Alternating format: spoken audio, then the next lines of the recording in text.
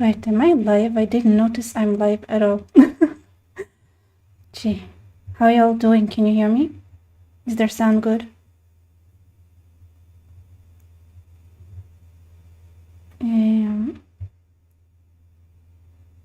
Hello, hello.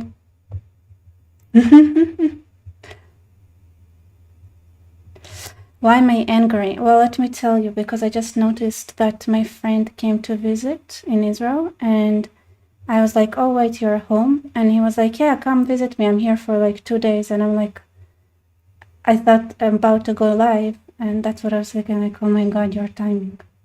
But whatever, I am live. Hello, hello, everybody. How you doing? I opened the Discord, so if you guys want to join.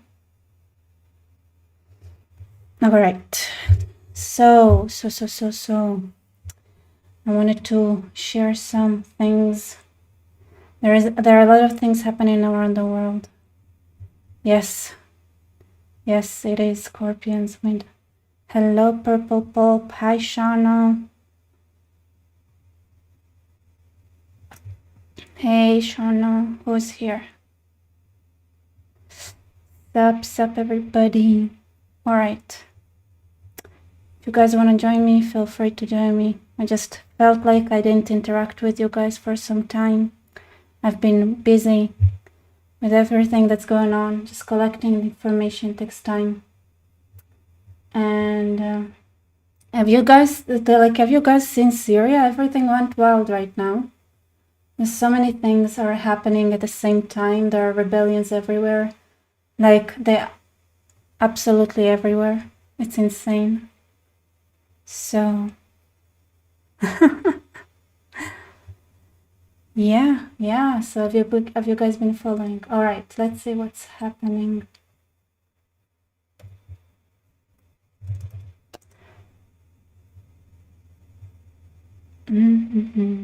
I feel like I'm alone on Discord. Do you guys not want to join me? Hello? Does anybody want to join in? Talk about the things that are changing, maybe ask some questions, for change the pacing a little bit. Here, I'm sending the Discord again. All right. Yeah, Syria is hitting up like crazy. It's impressive.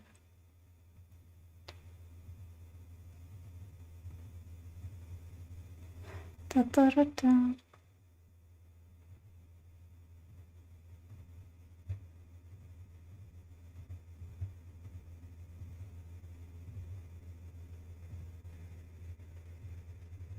All right.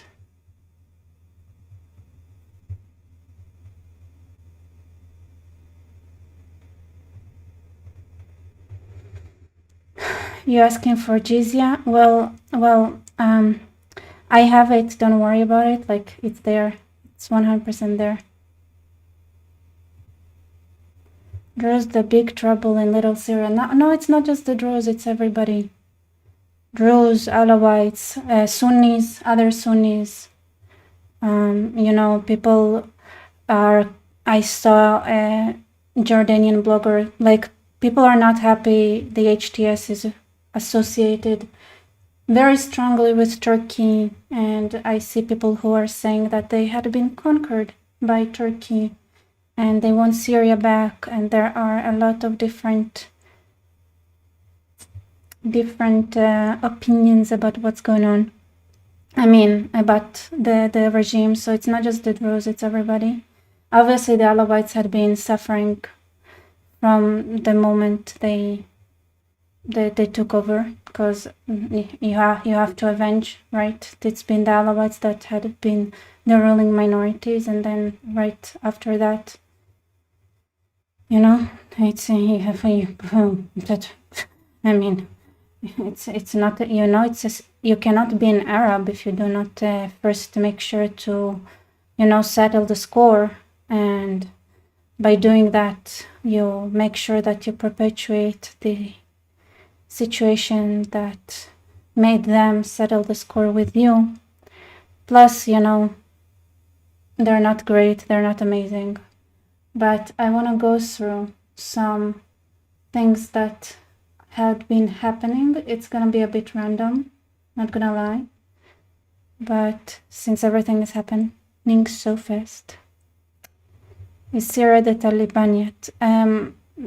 Yeah, they've been turning to the Taliban, but you know, people are not as happy as they thought they would for some reason. I don't understand, like, why would people thought that people would be excited about the liberation of Islam, but whatever.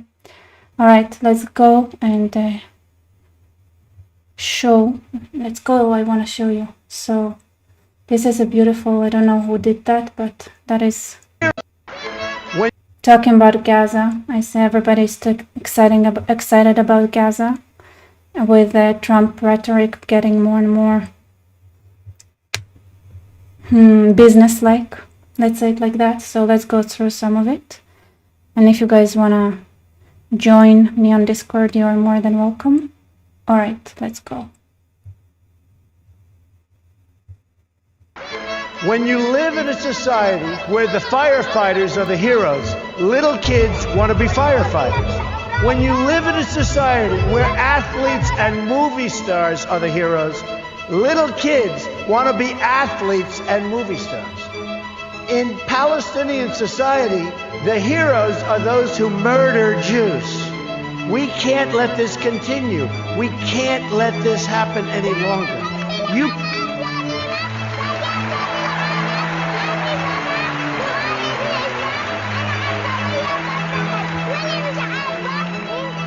cannot achieve peace if terrorists are treated as martyrs.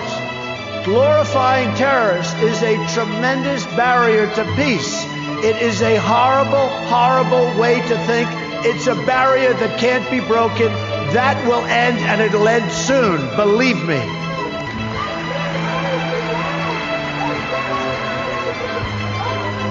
In Palestinian textbooks and mosques, you've got a culture of hatred that has been fermenting there for years, and if we want to achieve peace, they've got to go out and they've got to start this educational process. They have to end education of hatred. They have to end it, and now. Yeah, I don't think they're gonna listen to that, to be honest. Like, they are so brainwashed, like so brainwashed. It's amazing. When you live in a sorry, it's amazing. All right, so that's random, but Israel has rescued 10 Indian men from the West Bank village of Al-Zayam, where they had been held captive for over a month. The men had promised work in the village, only for the terrorists to kidnap them and steal their passports in effort to enter Israel to commit terror attacks. It doesn't matter. Oh, that was their incentive. It doesn't matter who you are or what your motives are. If hurting you can advance and the anti-Israel cause, they are going to hurt you. Yeah, that is insanity. Oh, Peter, thank you so much for the jizya. You guys, I need some more jizya. I have buy me coffee, but nobody had been sending me coffee lately. Like, literally, I got 1-2 maybe coffee the whole month, which is sad because I work really hard, and I know that maybe you don't see that as much from me, but like, even the Druze video, for example, it takes a lot of time and takes a lot of effort, so your support means the world to me, and that's it. I'm ditching the crying voice, but like, seriously, yeah. If you guys can support me, I would really appreciate it.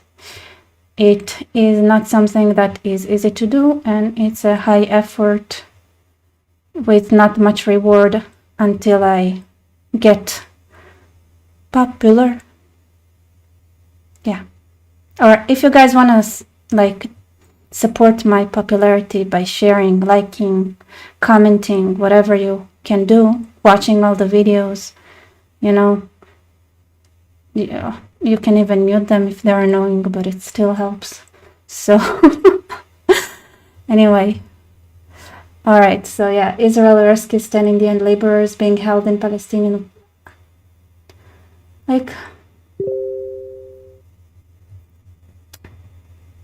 yeah, like they have no, they don't care. They don't care. Like, they don't care about anyone or anything for sure.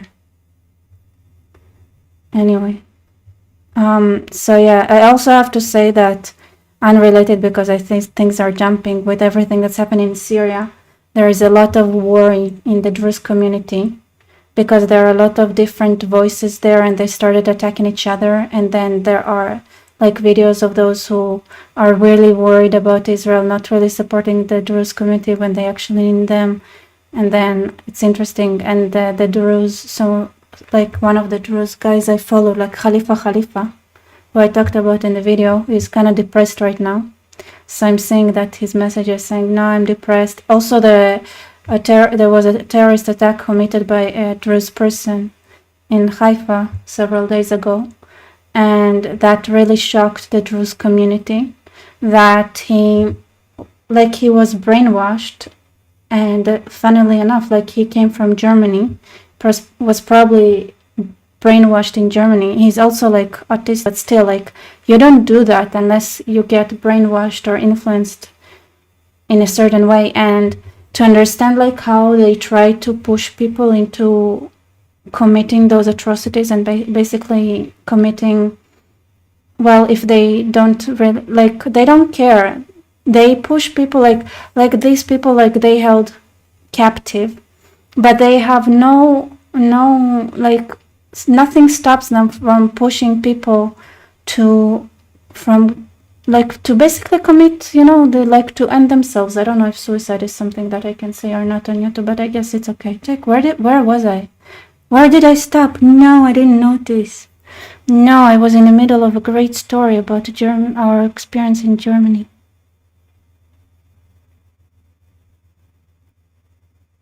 No.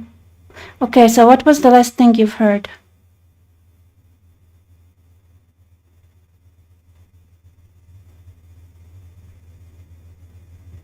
You guys, what was the last thing you've heard?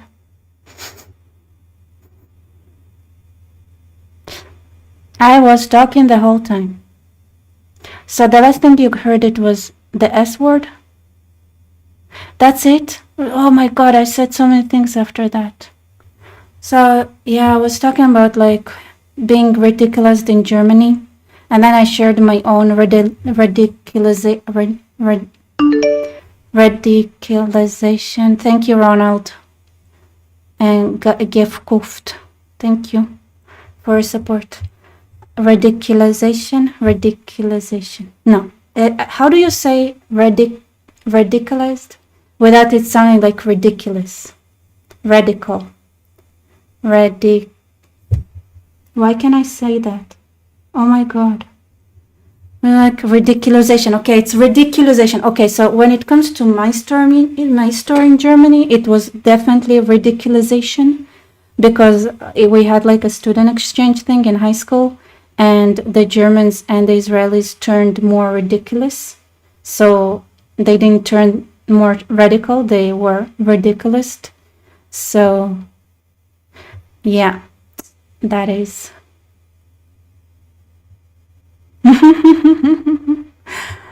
Wait.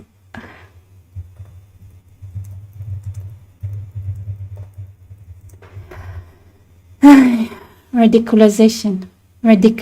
Anyway, so I was talking about the Druze who had committed a crime in Israel, and he was radicalized in Germany.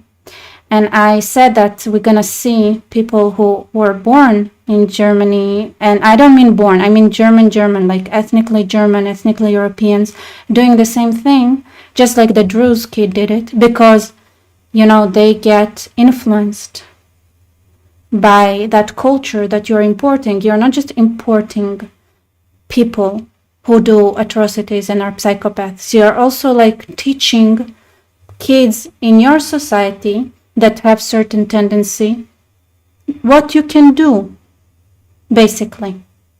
Like what's like, can you imagine, like, people can like live their lives and not know that this is an option, and suddenly they are influenced by this culture that tells them like, well, we can get away with it. Obviously now you can, like, the jurisdictional system is overwhelmed and or whatever, so why not? And anyway, I was talking about my experience being ridiculized in Germany when I when we went with the school, because the Germans turned loud and the Israelis started drinking, because like the drinking age, they're 16 and they drank way more than us. They drank all the time. Like, Israelis were like, oh wow, you can drink during the day, like you don't have to wait for it to be dark outside.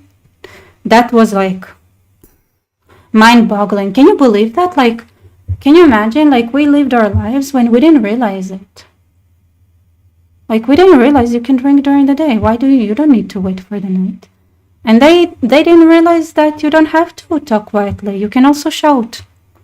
And actually, it's a lot more effective if you don't feel like walking and approaching someone else and you just want to tell them something, like, why move if you can raise your voice and that voice travels, and it's like way easier. So the Germans became louder. The Israelis discovered that you can drink during the day as well. And the teachers had, so what happened was that, like, we went to a church, and this is something I noticed, by the way, that Europeans do in Israel as well, which is they see Israelis as loud and blunt, so they start acting loud and blunt. But Israelis, even though we are loud and blunt, we still have some behavioral codes. It's just that it's harder to pick up and understand, like, the nuances. So some Europeans, like, that come here as tourists, like, they become so blunt, like, they don't understand, like, you're not being Israeli style blunt. You just crossed into being rude, even in Israel. But you don't understand the nuances yet between Israelis and Europeans and what is bluntness that is acceptable and what is not. Anyway, we went to a church, and the church had a performance. Maybe I'll do it like that. So there was a performance at the church, and the music was weird. So the Israelis were like shocked, like looked, and were like they didn't understand, like, how to like swallow it, but like they were trying to be quiet. And then the Germans, who already picked up like the bad behavior, looked at us and saw us, and started like smiling, and like we smiled and started laughing. Like, we all started laughing. And that at that point, our teachers were like, because I heard them talk among themselves, and they were like, gee, they're picking each other's bad habits. But the Israeli teachers look at the Israelis like drinking, like, it's legal here, the heck. And they were like, nah, we don't feel like dealing with that. Like, who cares? Like, and my favorite moment was when we were like using the subway or something, and the Israeli teachers looked at us, and I heard them saying among themselves, like, if anyone asks, they're gonna deny having anything to do with us.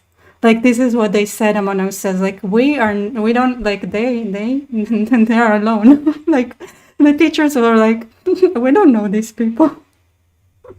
Anyway, but when we were brought to a church, and the church knew that the teachers were escorting that group of teenagers, German and Israeli, they had no choice but to face the situation.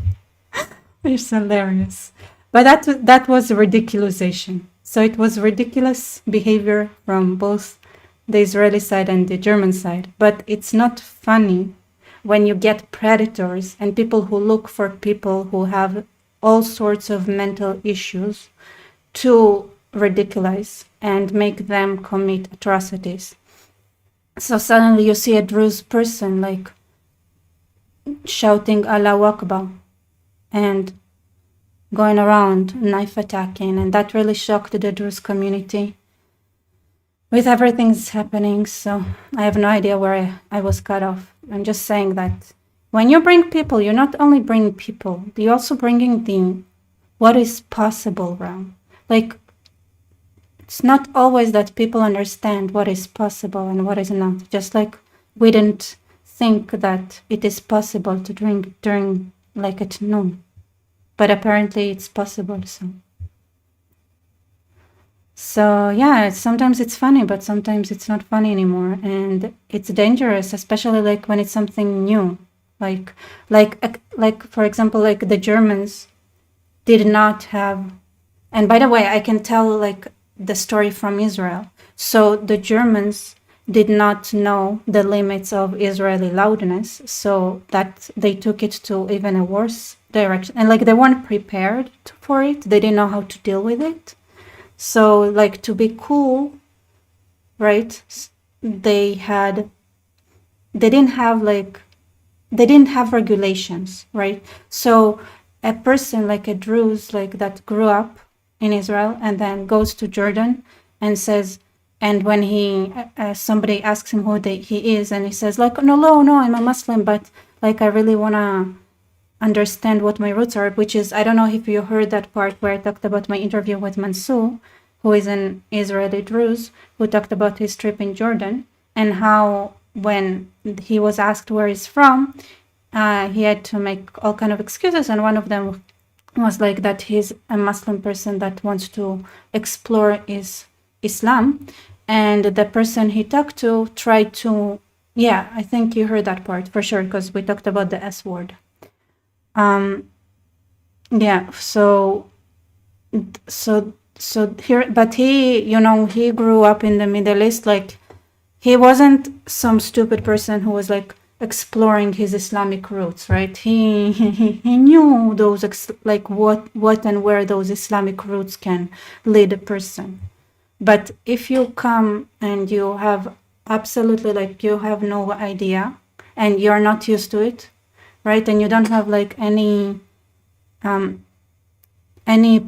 self like immune system, like you didn't have you are not like you don't know this pathogen, so you don't have any way to resist it. You don't have like your immune system is not ready for those stupid ideas and how to understand like how to deal with it.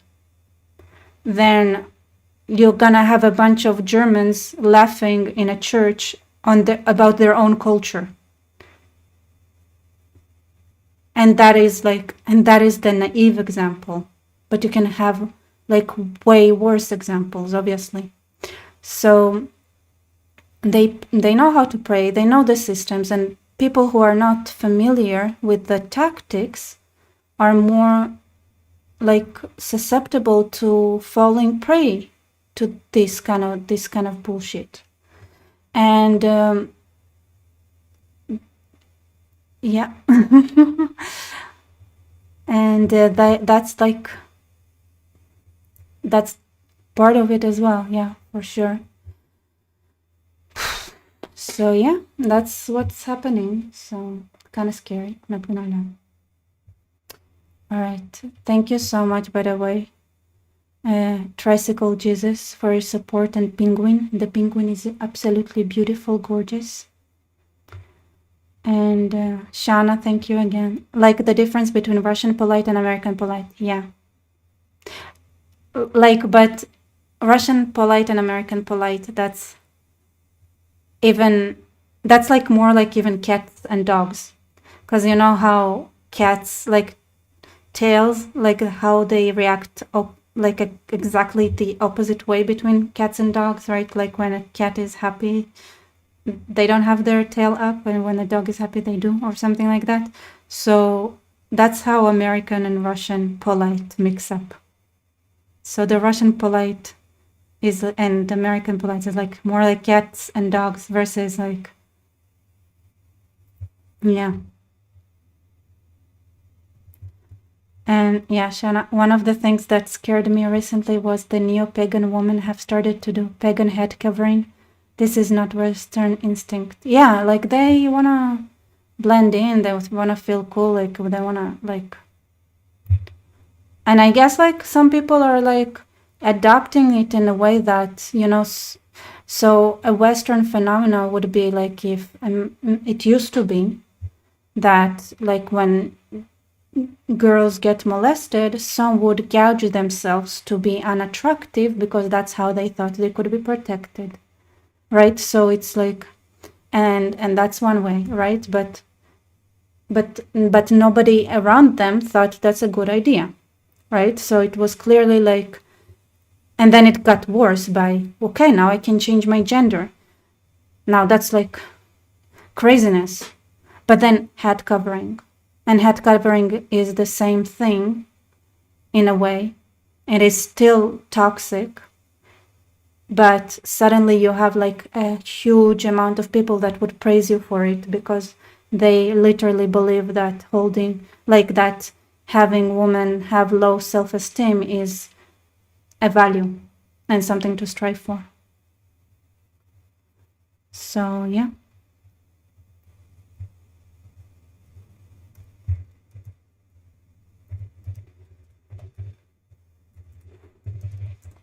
All right.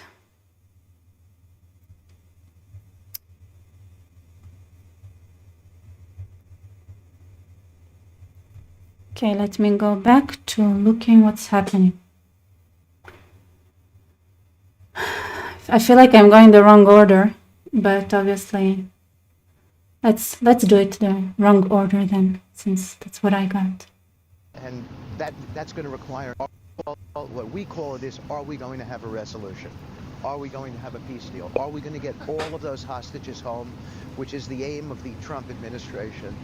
And that's going to require some good, reasonable, humanitarian action on the part of Hamas. And it's time for them, I think, to gain some political capital and show that they're capable of doing that. What we call it is, are we going to have a resolution? Are we going to have a peace deal? Are we going to get all of those hostages home? I heard there are also like reports that Israel, like the United States is talking to Hamas directly, and Israel is a bit, you know, is not that happy about it probably. But yeah, actually, Pulp, I see what you're writing. I actually have this thing open, so I'm gonna get to it about how Israel Katz reacted to a protest boats to Gaza. Hilarious. Yeah, so I don't know, like I understand like when Thailand negotiated with Hamas to get their hostages, they did it with guarantees that like they would not allow Thai workers to come to Israel, and that was on purpose to hurt the Israeli economy. Now with the Americans, like I don't know, it's like they would want to have this achievement, and is it gonna be at Israel's expense again? I don't like that. Anyway, we're gonna have to see. Besides, like, I think they should be allowed to try at least, you know. It's not like they don't do whatever they want anyway, at least with the Trump people. Like, they are transparent, right? So the way the Biden administration worked with Ukraine and Israel, whatever, with Israel, like they would make those speeches about supporting Israel, but behind the scenes they would fund terrorist organizations and would withheld like weapon shipments from getting to Israel. Trump is transparent. At least it seems to be like that. So if he is gonna screw over Israel through the direct negotiations with Hamas, it's gonna be out in the open, which ironically enough, it sounds like, wow, it's annoying. But honestly speaking, that is such an upgrade compared to the backstabbing, unpublic kind of ways that the Americans and many others used to do that. Oh, this is hilarious. Something I kept. I saw this on what's his name, this idiot, Joe Rogan.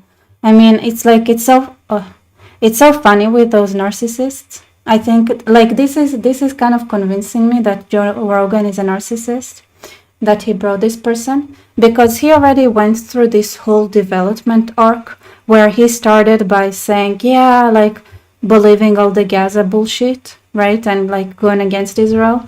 And then he had brought people like, and there he got more and more pushback, and the more like reality hit, the more he had to face reality, and like he changed his tone. And I actually made like a short about it and a video about it, and like I talked about it in the summary of the year 2024, and I showed like a clip of Joe Rogan, like the way he transitioned in his way of talking about Gaza, because he at some point had to face it that he was being an idiot, and now he like found a new way to be an idiot. So the reason I think he's a narcissist, I believe there is a ground for suspicion, is because people who he shows like he doesn't have a true growth arc, right? So it's normal for people to change their minds, right, and to learn something new and evolve. But if someone is like unable to this shows like you did it already, okay? You fell into anti-Israel conspiracies and it led you to nowhere, and now you are bringing somebody to bring like the same shit. That shows lack of character growth. Like he falls to the same traps. So yeah, so that's like that is funny, because it's like he falls back, like he took, maybe it takes him like Piers Morgan, like he knows every show that he does, so nullifies, like he starts with like something stupid, then understand the situation, understand that he's like okay, like maybe the truth is here, but then the next show he reverts, like he has like severe case of narcissism, like it doesn't, like the new information, like the acceptance of, oh okay, maybe I thought wrong, only lasts like a day at most when it comes to Piers Morgan. But Joe Rogan, like you see he has like an arc of like, he has like a capacity to hold it for a couple of months, so he's a bit more advanced as a human being, but still that doesn't really show much about his ability to advance. Okay, so for those who don't know, I love this comment apparently. Okay, so I'm gonna play the clip, and he also talks about how the Bible was rewritten by the Rothschilds so that it would fit the Jewish narrative more. And nothing he says really makes sense, but this talks about October 7th, and it was the most, like this comment is like the most epic thing. It's so funny. And suddenly it was like, oh, all right, let's fucking dig this thing open. And I had just made this whole documentary about the history of Israel-Palestine and the propaganda and what it all was. And I published it on October 6th on my Locals channel. And then literally the next day, and I'm not saying that October 7th was a good thing, but I'm saying that literally the next day, the entire internet was ablaze about Israel and Palestine, and everyone was talking about it. And it was the weirdest fucking coincidence. Like he says, like, wow, who would have thought that the day after October 7th, the whole internet would be ablaze about what happened on October 7th? Wow. Oh my God. Wow. Now seriously, like he's so stupid. Wow. Wow. Wow. You know, I wanna add to that the day after 9/11, everybody talked about 9/11. Everybody. The whole world. Wow. Wow.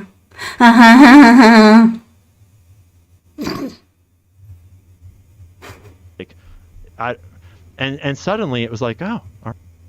Oh, yeah. You're saying it's not loud? I don't know how to make it louder. Just made this whole What's his point? Let's hear it again. documentary about the history of Israel Palestine, and I had just made this whole documentary about the history of Israel Palestine and the propaganda and what it all was, and I published it on October 6th on my locals channel. And then literally the next day, and I'm not saying that October 7th was a good thing, but I'm saying that literally the next day the entire internet was ablaze about Israel and Palestine, and everyone was talking about it. And it was the weirdest fucking coincidence. And suddenly it was like, oh, all right, let's fucking dig this thing open. And I had just made this whole documentary about the history of Israel Palestine and the propaganda. Yeah. He's idiot. It literally started with I just made this whole idiot. His point that he posted on October 6th.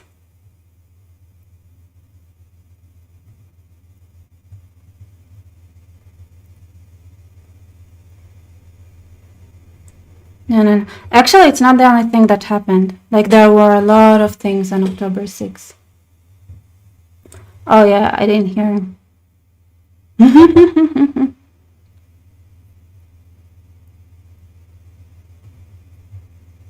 Is this guy trying to say had something to do with October 7th? Seriously, what the fuck?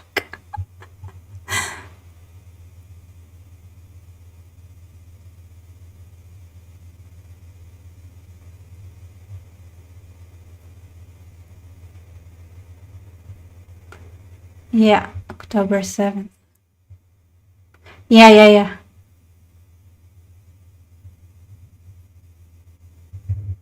I think his point was that he was happy that October 7th happened because his shit movie will get more... Did it get attention though? Like, did anyone care about his movie because that happened?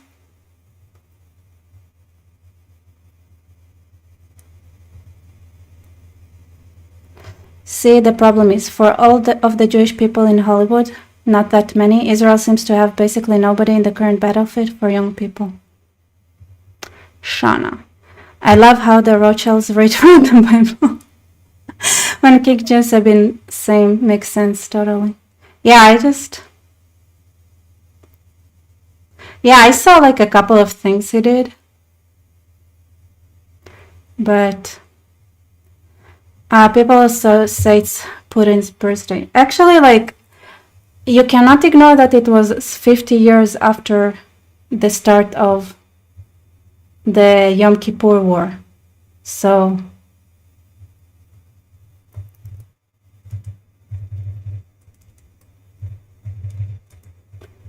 yes.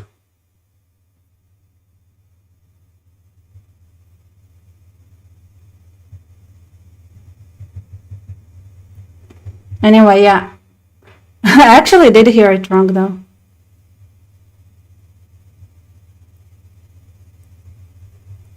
So is he saying that Israel planned October 7th in less than 24 hours to counter his documentary? I have no idea what he's thinking.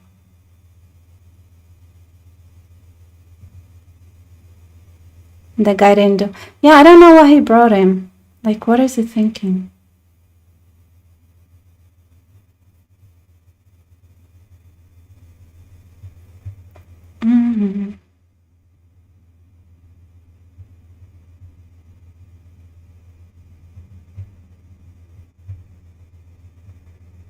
No, I heard him talk. This guy is so weird.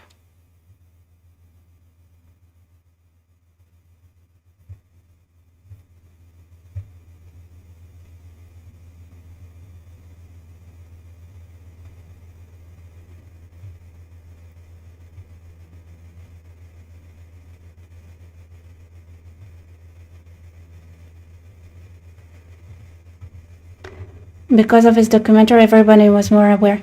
Like, there is...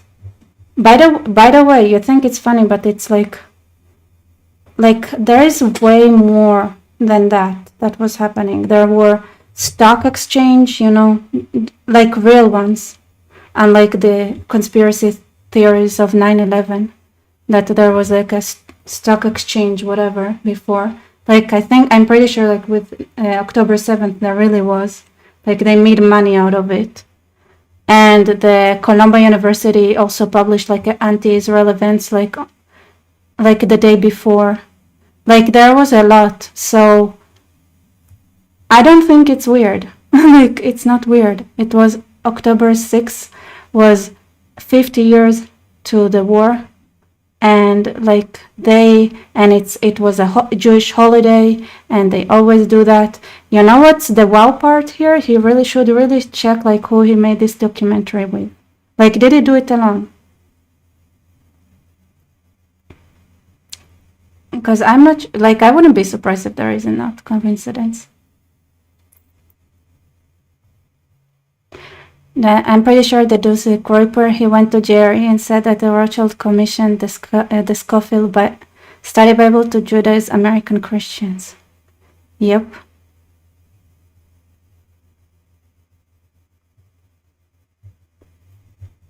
Anyway, still, it's like, wow, idiots.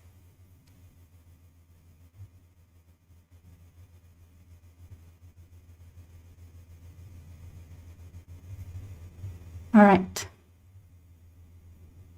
No. What am I looking at? Why do I not have everything I need here?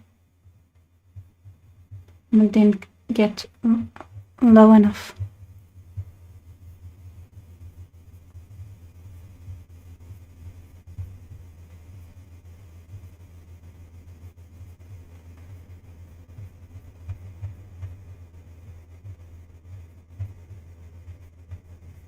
Oh, this one is interesting. All right. Can you hear it, by the way? Because like the sound is not so good.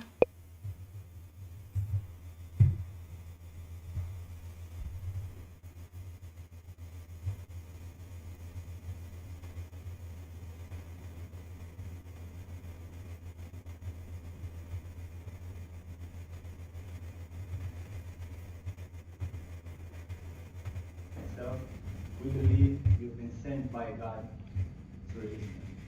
You can really help. Yes. You have the power to do it. You were our hope when we were there, and now you're their hope. Yeah.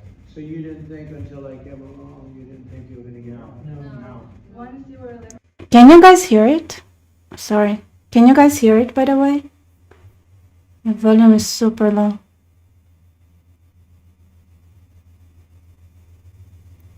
Yeah, it's really quiet. So, I don't know what. Elected,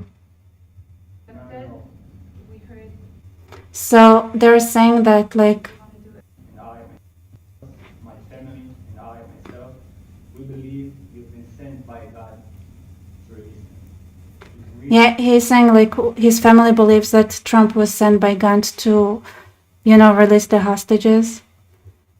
There are so many like people who are in Israel saying like they did not tell them like what to talk and what to say, like how to talk to Trump in a way that he would appreciate, because they did an amazing job. They're like saying things like some of it was cut off.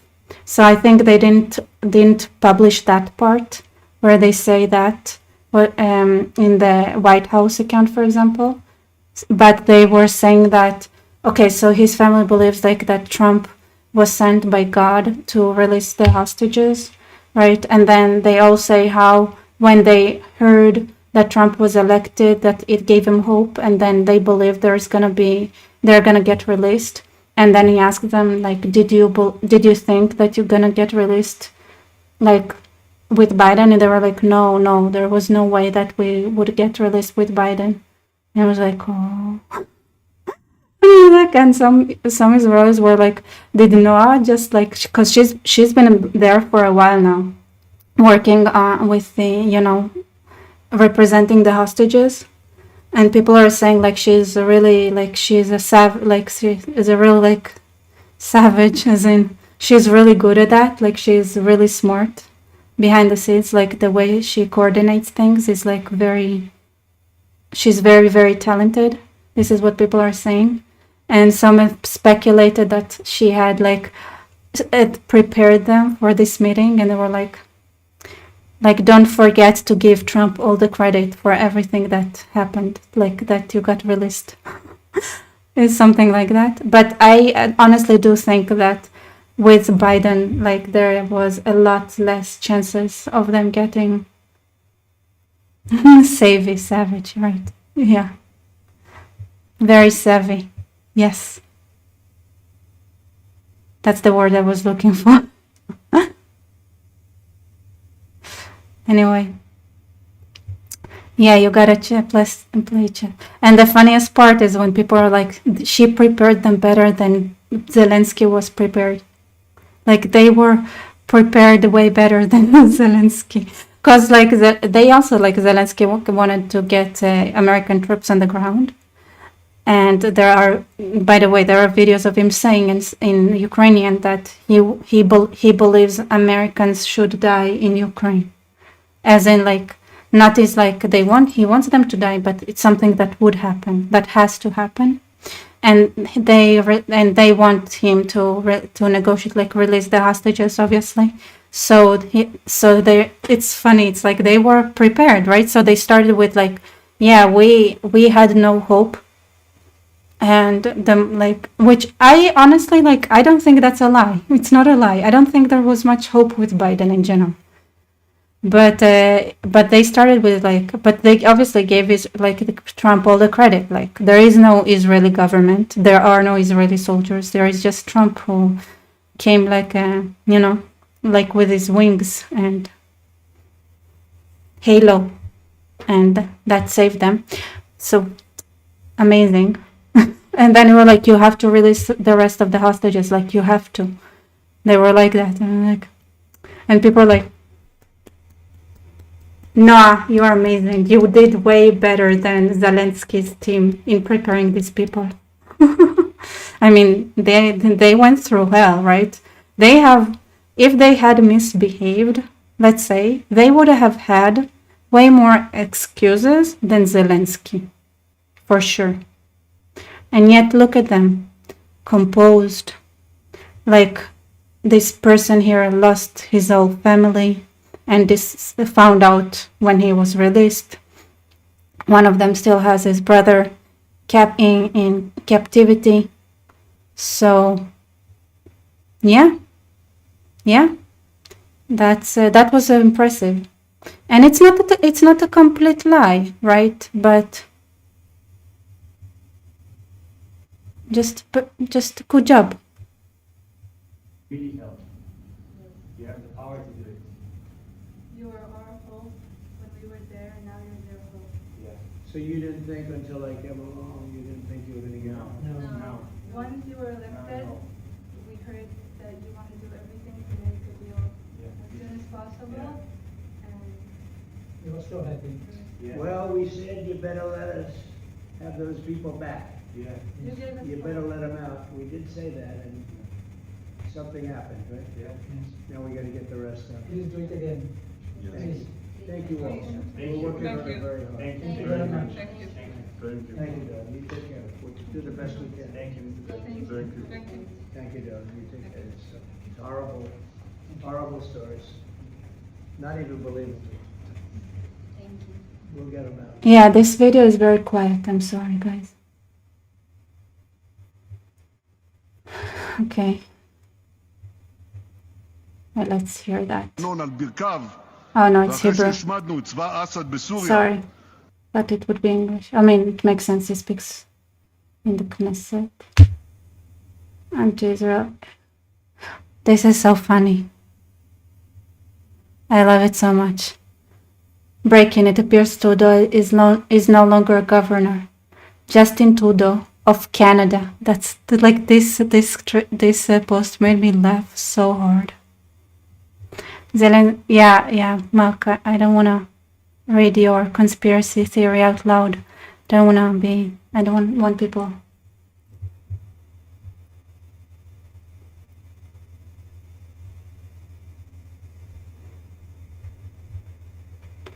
Yeah. 1 second. Something popped up. All right. Yeah, I'm not gonna read it, but is Na's boyfriend still alive? I don't know. I mean, she tries to get him out. But look, like, she has, like, her partner, like, is captive, is being held captive. Yet she was there, composed.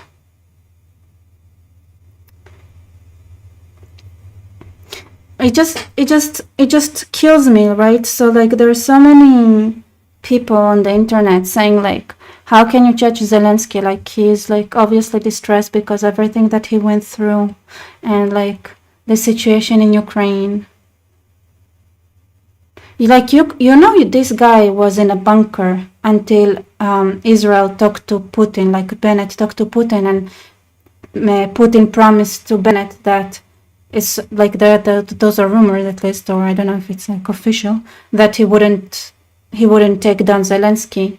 And when Bennett, like, he was a prime minister of Israel, like, he called Zelensky and said, hey, he's not gonna take you down.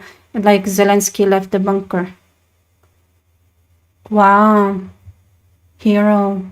Wow. Amazing. Wow, look at him just being there, running around. Bro got a promise to not. He wasn't running around. He was in bunker until he got up this, this word. Wow. And then he's like, oh my God, like he's so emotional because everything that's happening in Ukraine. These people have their relatives, like, they were kept captive. Horrible things that happened to them. Their relatives are still there. And look at, they can be there, composed. They're not there, like, shouting and crying. How can America do this to us? How can you do it? I'm an American citizen. How come I was held captive 500 days in Hamas's dungeons? One of them, I think, was an American citizen. At least it sounds like it. Yeah. Anyway. Shalom Hamas. This tweet, this post, so beautiful. Means hello and goodbye. You can choose. Release all of the hostages now, not later, and immediately return all of the dead bodies of the people you murdered, or it is over for you. Only sick and twisted people keep bodies, and you are sick and twisted. Applause. They are sick and twisted. And he said it with no apologetics. 10 out of 10. I'm sending, like, I'm not joking. Like, I do it, like, in a, maybe I look,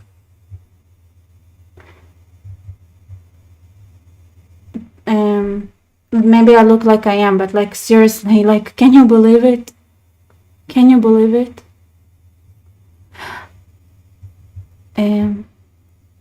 Shana Thornton.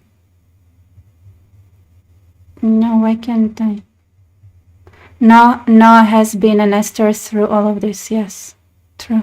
You know what I like about this comparison is that the story of Esther didn't want to do it, but once she realized, like, that's the right thing to do, she did an amazing job, right?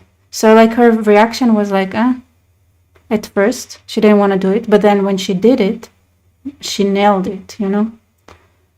Anyway, and if somebody is talking about, like, Gal, okay, you know what? I want us to look at it about Gal Gadot's speech because I didn't watch it. I avoid the Hollywood BS. Like, I want to pretend they don't exist, but I actually, yeah, I'll look for it and you can see my reaction live, like my first impressions live, because I didn't watch it. All right, I'm sending Israel everything it needs. we pay full price, but okay. I mean, I don't know if it's full price, because there are a lot of things that are based on Israeli technology. So I guess there is like some like percentage that is like return for the the inventor for some of the things. But anyway, we're paying full price. I'm sending Israel everything it needs to finish the job. Not a single Hamas member will be safe if you don't do as I say. I have just met with your former hostages whose lives you have destroyed. I appreciate that directness so much. So much. This is your last warning. For the leadership, now is the time to leave Gaza while you still have a chance. Also, to the people of Gaza, a beautiful future awaits, but not if you hold hostages. If you do, you are dead. Make a smart decision. Release the hostages now, or there will be hell to pay later. President Donald J. Trump. My favorite thing is like, to the people of Gaza. Like, no more pretending. Those are civilians and people in Gaza that hold them in their homes. And the whole effing neighborhood knows. Just like the whole effing neighborhood knew about the Yazidi girl that was held as a slave, and yet nobody cared. So I like this approach very, very much. Maybe this one you can hear better. It was the worst thing that anybody can go through. Oh yeah. One of the days they handcuffed one of the boys that was Oh yeah, that's horrible. Like, what is going on? and when he came,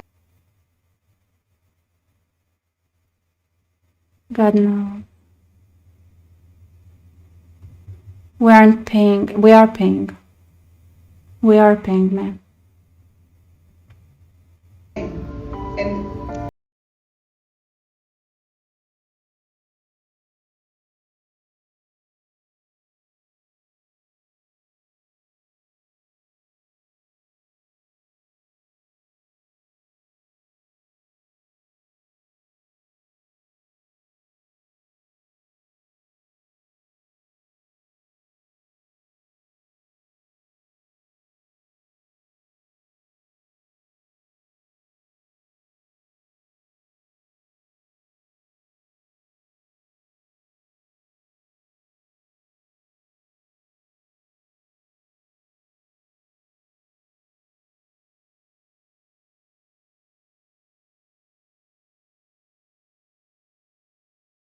Spent time in tunnels with no air to breathe, barely food. That's an American accent, right? I'm not like that's.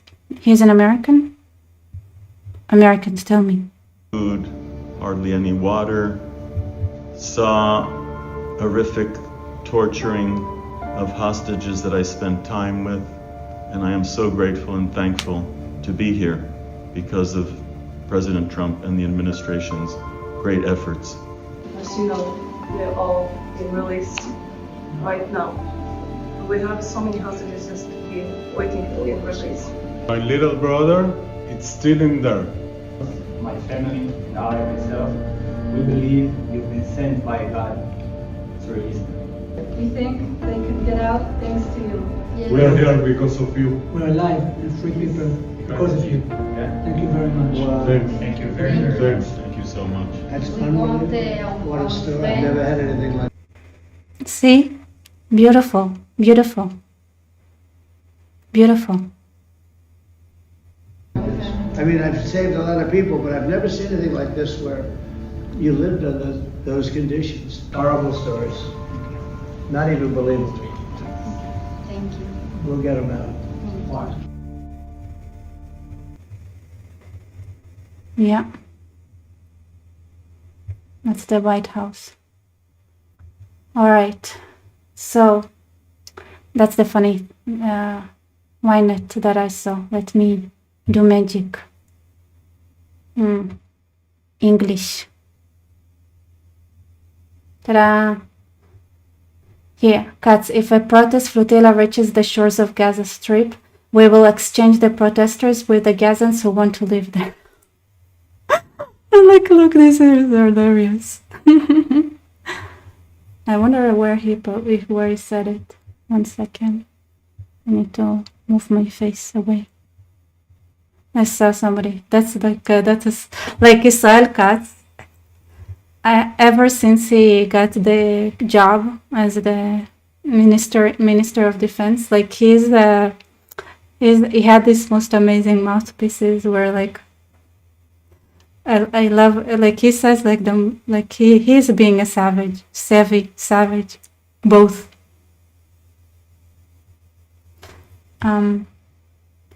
Right. So the security establishment protest rafts demonstrators to the strip, and the assassin and in assessing the situation with the defense minister, and the heads of the establishment, Katz instructed whoever comes to demonstrate on the Gaza coast for the residents of Gaza, we will send him into Gaza and use the ships to evacuate residents.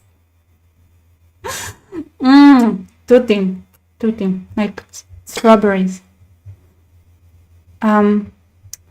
Rebecca, what else did you teach Arif during his visit to Israel? What did I teach him? I taught him to eat snacks.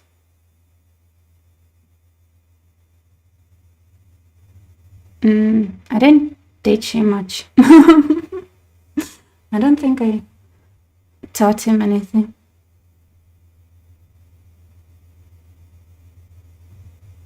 All right, let me try to find the speech that Gal Gadot had gave.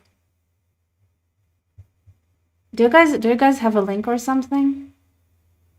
Do you know where I can find it?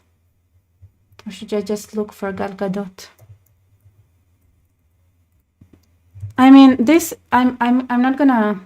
All right, so maybe I'll share my thoughts on Gal Gadot with you all. Okay, so here's the thing.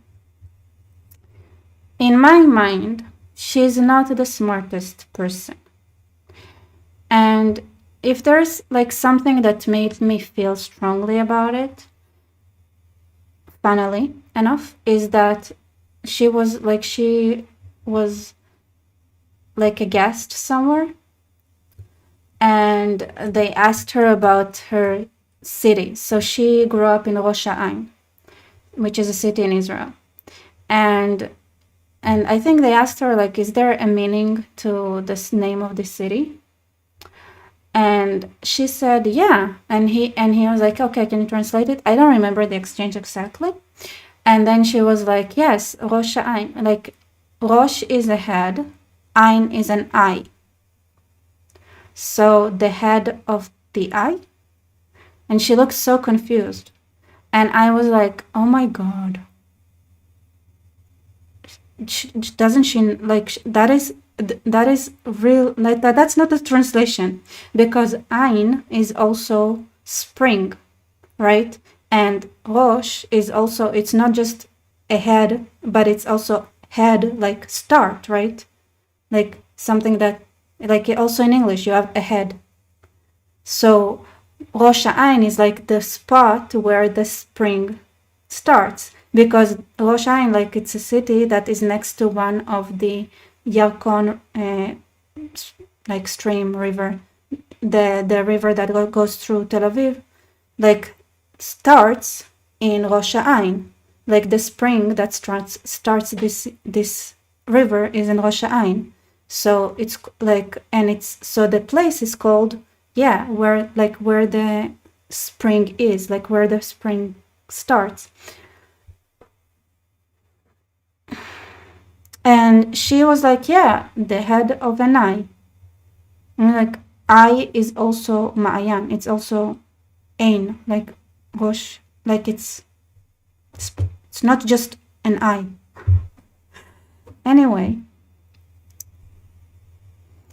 And I thought she must be very stupid, because if she grew up there, it's supposed to be part of like the city's education. And when I was trying to make fun of her with other people, they all looked at me as if I'm the crazy person. Well, apparently, like, I was making fun of her and I was telling the story to people, like, how funny it is. Like, I had a crowd and they all looked at me and they were like, we had no idea. Like, if we, like, apparently, if they were to be asked, they would have translated it exactly the same way. So I thought she was stupid. But apparently, I just have unnecessary common knowledge in my head. So, but like, can I rewrite that impression and believe that she's like, no, that's it. Like, now I'm imprinted, you know, they like, her not being smart is just imprinted in me. I'm sorry. Yeah. Okay. Let's hear what she had to say.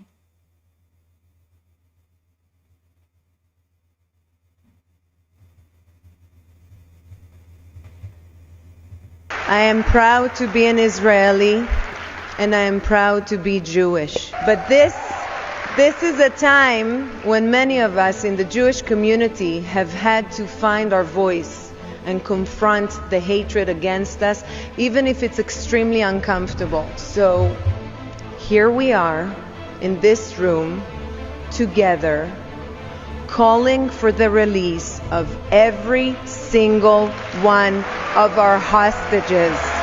We have to bring them home. Well, is this the right video? Am I where am I supposed to be? Is this a Hollywood? Why is she wearing a suit? Is this the wrong video? Please, guys, let me know. Every hostage release, we hear new No, that's the testimonies. Anti-Defamation League. Okay, that's not being like, that's not impressive. I thought she said it on Hollywood. Because I saw she gave like an award on the Oscars. I mean, that's her home base. She gives a speech at her home base. Wait, is there no Oscars speech or something where she's like, I'm an Israeli, F you all, and then she gets tomatoed or something?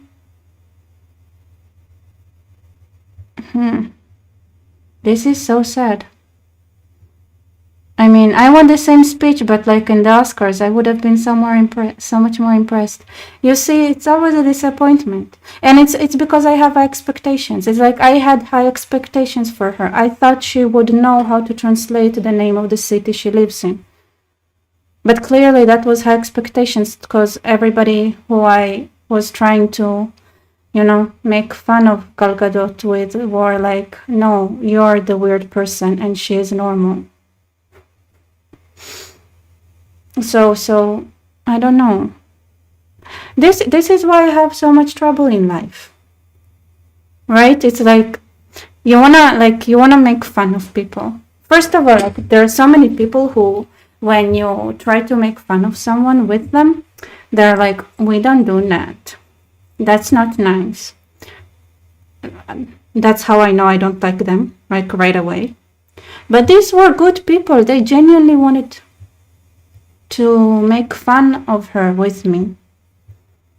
But they had to be like, they were honest people. They said like, no, you're the weird person. Anyway, you guys, the people are thinking about like Gal Gadot talking. And I was like, I imagined Oscars because I saw she was in the Oscars. High expectations. Unfair high expectations.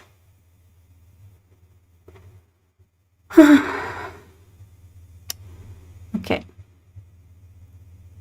I've been to 70 countries and I am sorry, but everywhere I've been to, most people are stupid. Talo and traveling clat. Yeah. That is very, very true. In fact, like I know that. I know it's true too. You're right, Shauna. You're right. Like when I made fun of Yair Lapid video, like I thought in my head, like, can you imagine if this person was he was our prime minister for like 5 minutes, and that was such a shame. But like having somebody stupid like that, and then you see Zelensky, which is clearly like he's Yair Lapid. I mean, I don't know. I think Zelensky even smarter than Yair Lapid, but yeah, I don't know. And they get to like high-ranking positions, and that's cool when somebody is an actress, but not so cool when somebody is a prime minister. Yeah. And you say they're Jews. They're supposed to be Jews. Zelensky, Jewish.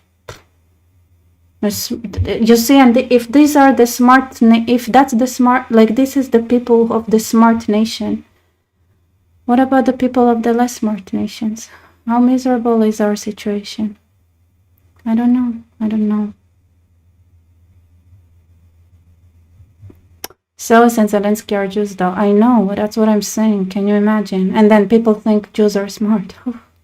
I mean, Soros is just, like, he's not really, I don't know how it works, but he's not really Jewish. But I think, like, they are linearly Jewish.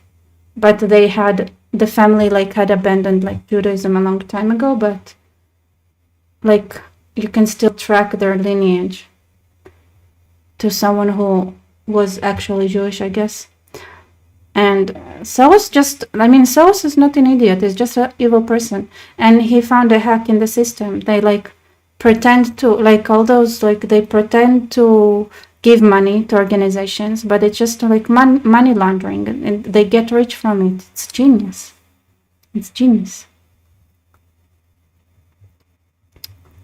Zelensky is only half Jewish by ancestry. Thank you for making me feel a little bit better, Steve. Thank you. I appreciate it. I mean, not that it matters, really. But...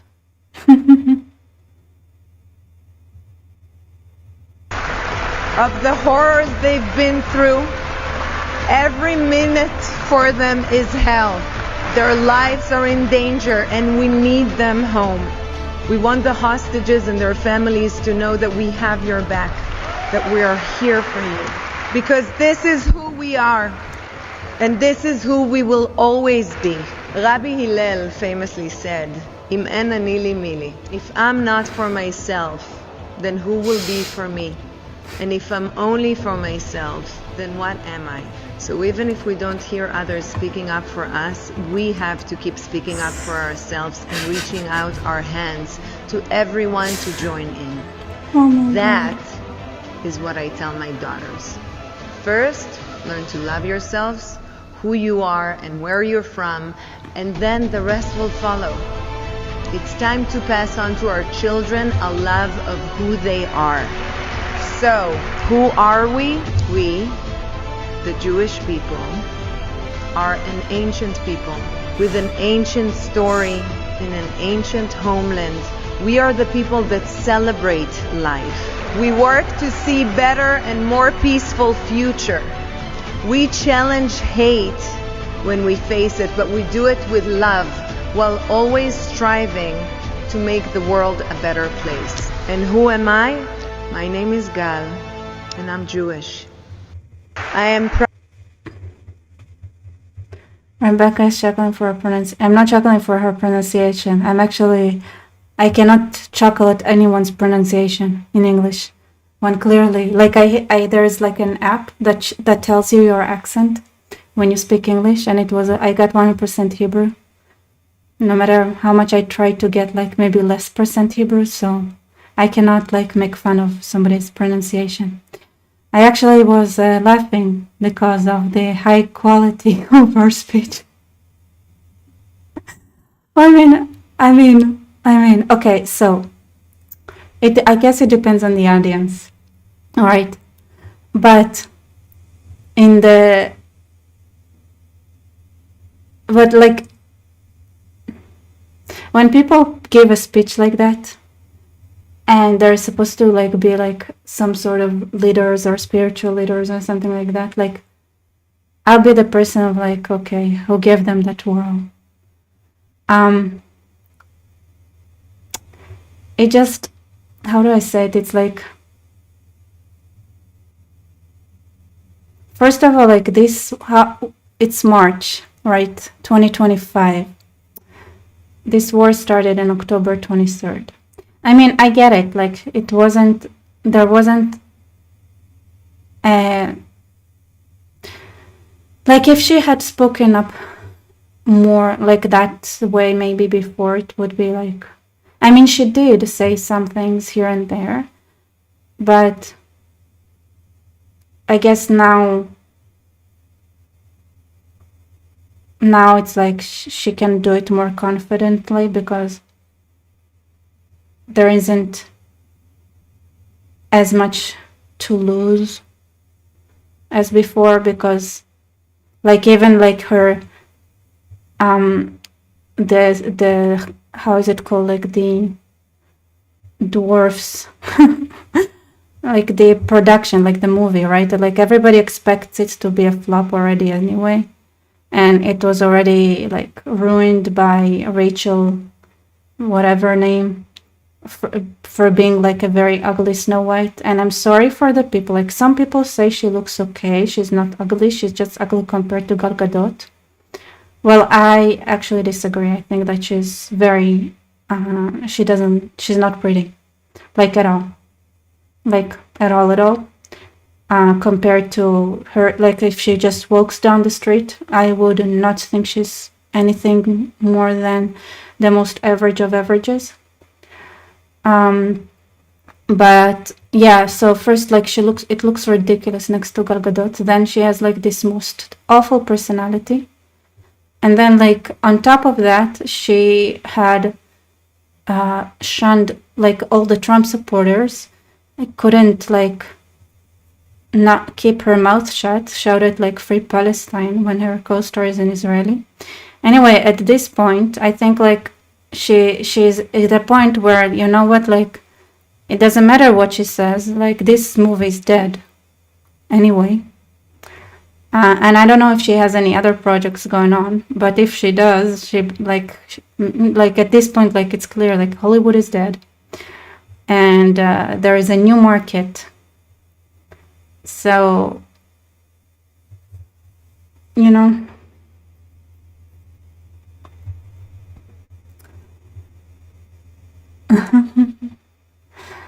yeah, Crunch saying, Rebecca, I need another food video of you. Yeah, that's a good idea. I like food. Anyway, so, and then her speech, how do I say it? So it sounds like she brought up like Enna Nili Mili. It's like the first lesson you learn from the Talmud, basically, when you're a child, right? Enna Nili Mili. And so it's like, it's cool. Not, maybe it sounds like, oh, interesting, like to people who are foreign. But to me, it's like, oh my God, that's like, but I appreciate it. Very simple, very direct. Like, I'm proud to be Israeli. I'm proud to be Jewish. Hostages. Yeah, she went with the most,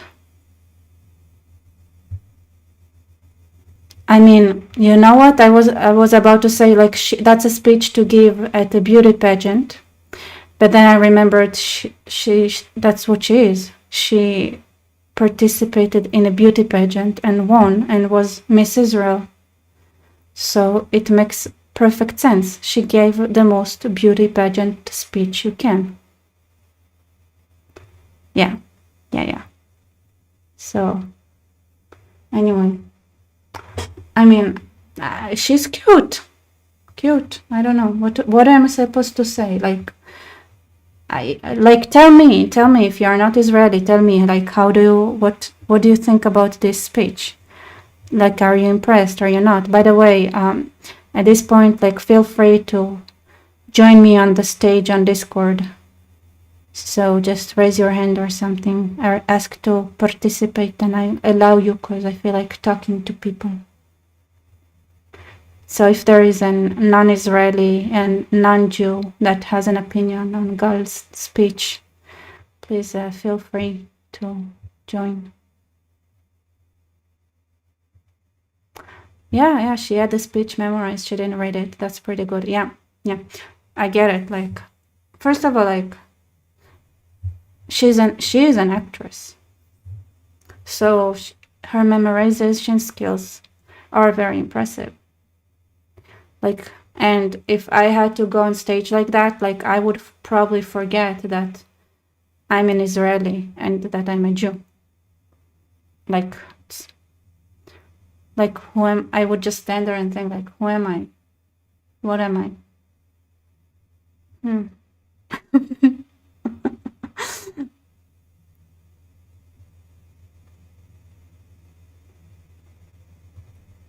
I like her. No, she's like, she seems to be such a good person. Why say anything negative? I do not get it. I agree with you 100%. I agree with you that she's awesome. She's great. And it's like, she's great. She's awesome. I have nothing bad to say about her.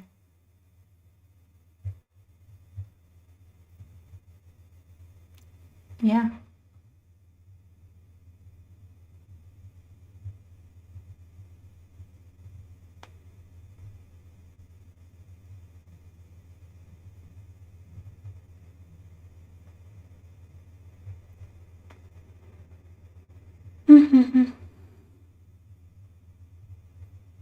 You guys, nobody wants to talk to me.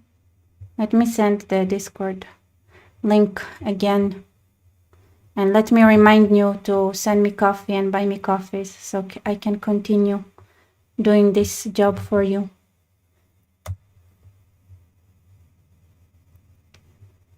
She has a positive energy, but I get it. It would have been better if it was Hollywood event. Yeah, it would have been more impressive, 100%. But yeah, you know, the Oscar speech, you had this these idiots with this weird, like, with this fake movie where they like show how evil Israeli settlers are, whatever. I didn't watch it, but the funniest part is that this super left-wing based on lies movie is unacceptable by people from the BDS, and like people all over the, like, the Palestinians were like, we will not accept, like it's a nice try, but we do not accept Israel in any way, shape, or form. We don't care about like this movie. Like, we're not gonna acknowledge you because this movie like acknowledges Israel as a country. Like, how dare you? Wow. And like, they will destroy How to Train Your Dragon as well by doing live adaptations. Yeah. Yes, they found a video of the guy who made the documentary. Yeah, I think I saved it, actually. I don't feel like watching it. They always behave the same way. Like, they set up a situation and then behave violently, and then they film the reaction of them being violent, and then it's like great material. Oh, thank you. The light life. Hug you back. People that make a lot of money don't have, and Gal Gadot is for example. No, I disagree with you. I think she's a good person. Like, she's a good role model. Like, she's a working person. She did not compromise with her love life. She's a good mother. She went in to be Wonder Woman, and yet she showed that you can be a career person and raise a family. And she is very nice every time, and she's very nice. Like I think she's very, like, she's a good person. Like, she's clearly kind, and like every time she speaks, like, and she's very professional, and she doesn't say anything bad on anyone, and like she really is like the way actors and actors are supposed to be, right? That's how they're supposed to be. Remember then when they had media training, when they were like, don't say anything, don't open your mouth and ruin your career by showing the world like how stupid your train of thought is. Like, she gets that. She gets that. She understands it. Like, it's like she got a good old school professional media training, right? She's an actress and that's her job, and not like follow politics and geography and read about Islam and the situation and try to communicate that. And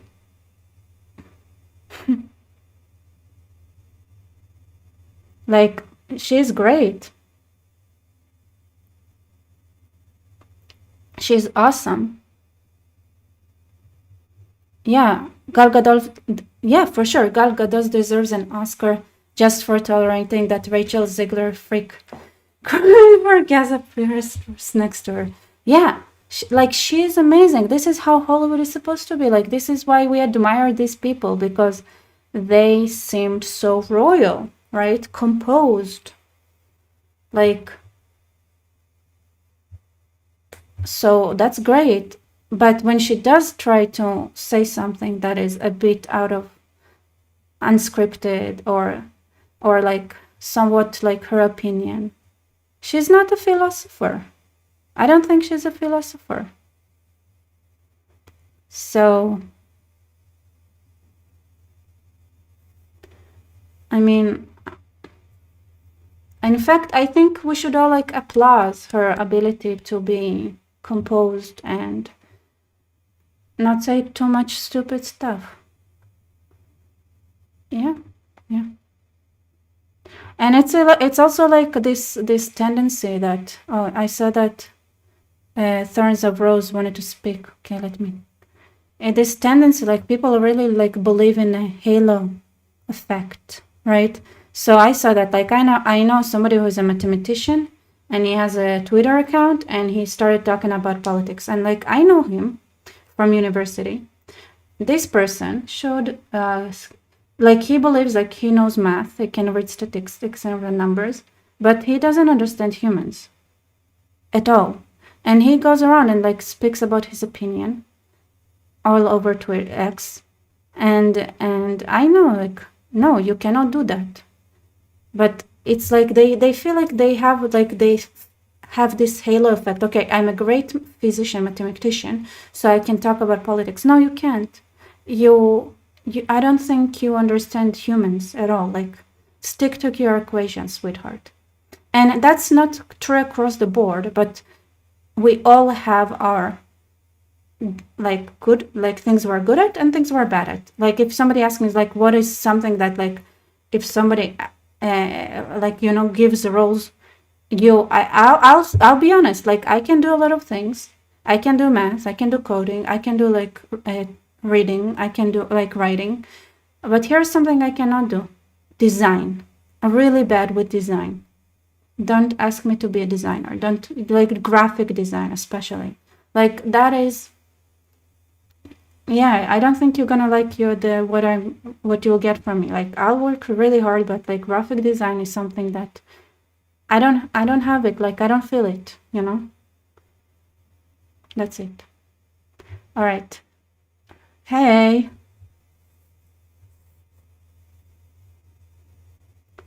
Oh, so sweet. Oh. Yeah. No, I appreciate it. Like, I think we should normalize actresses and actors, like, shutting up. Let's make it let's make it the standard. I'm saying, like,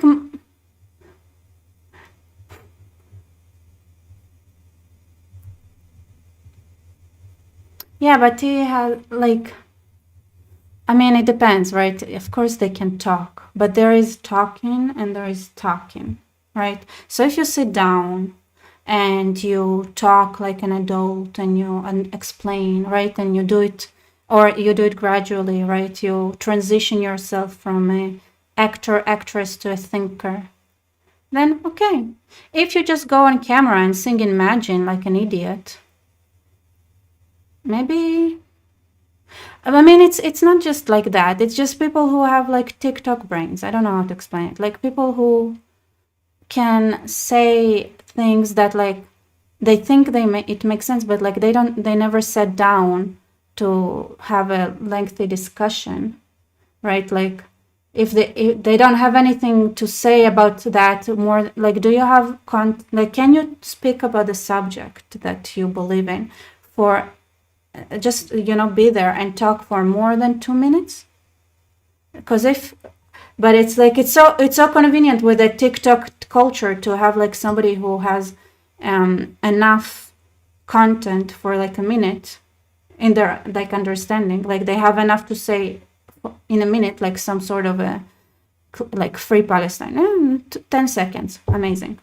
Can you talk about it more than 10 seconds? Like, do you have a speech that is more than 10 seconds long without repeating yourself? A minute, okay, that's something. Okay, that means that like, but then like the longer it is, like clearly, if then people like they're like in a loop because they don't know anything. So if you do it like in a lengthy format or something like that, I can understand like actors, like people starting like stating their opinions.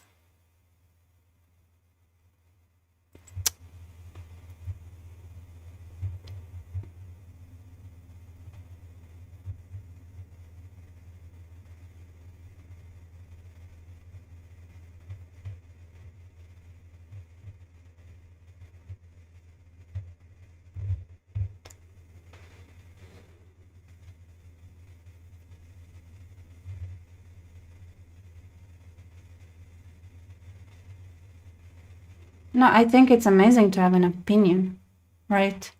Just like an opinion. It just, okay, so how do I say it? Like when you're like, you get like media training, like if you have a certain profession, which is public, right?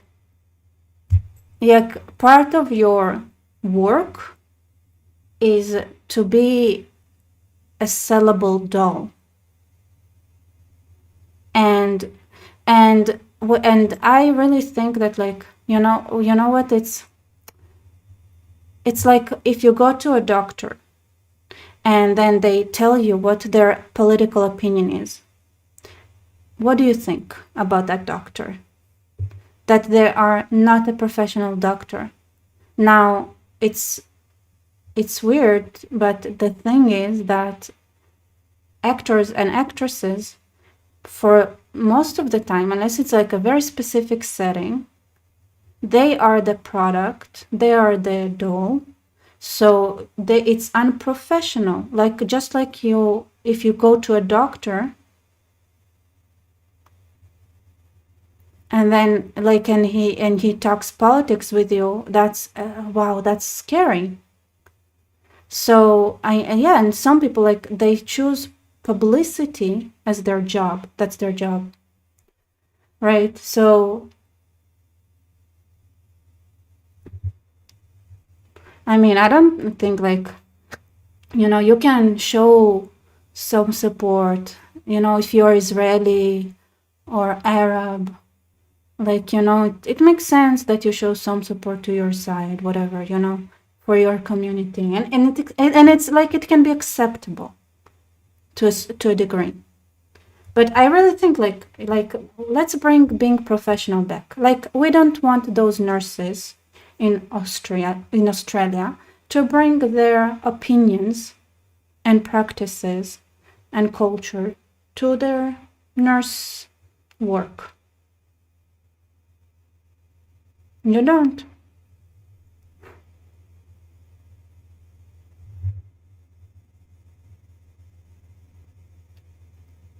Yes, and may she never speak.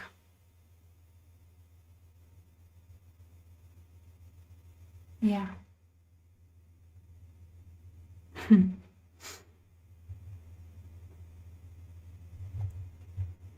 No, yeah, that's great. If you wanna love her, believe me, you don't want her to speak. She's an awful person. Oh yeah.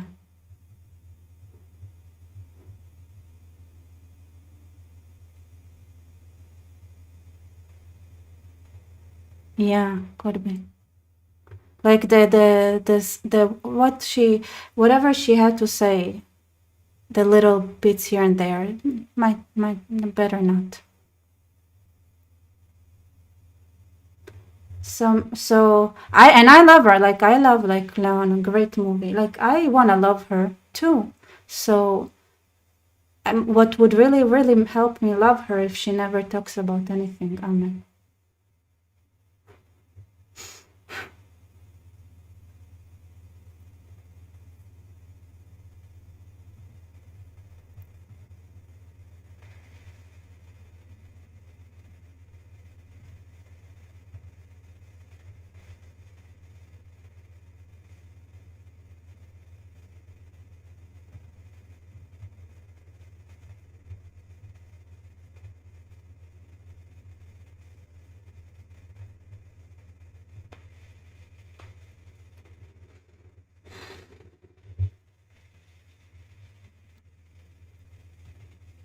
Well, these Jews are like unaware about how much they're gonna regret it if they do speak. So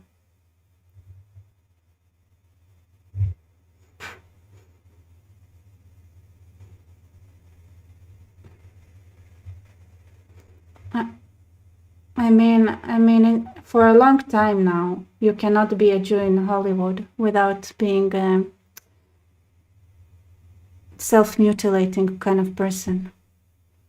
You know, it's like maybe they didn't. It's like it's not only that they sell their bodies there often enough. If you're a Jew in Hollywood, then let's be honest, like there, your soul has to be like under constant. The R word. No, yeah, like yeah. So it's the people who would tolerate being like selling their souls, bodies, everything. Don't know. Maybe it's nice that they shut up. Maybe we should appreciate it. Like, I don't think all of them are like that one. Like, don't get me wrong, right? It's not like everybody is like that, but like enough are. Oh, wait. People are saying that they cannot hear you. The sound is not on Discord. You guys. No. You're good. You're good. Here. Okay. Oh, I'm good on YouTube, but just not on No, Discord? no, you're good. You're good. No, people can hear you on Discord. Like, people don't.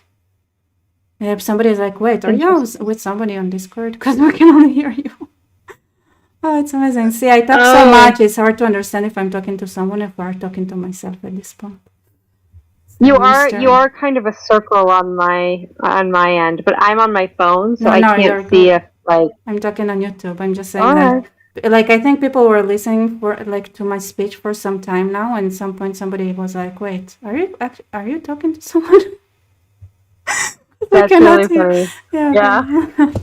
I was like, "Oh my god!" Yeah. I mean, it makes sense. Like, it's not clear. I don't know. Sometimes it's fine. It's good. It's nice to hear you talk. I like listening to Israelis talk.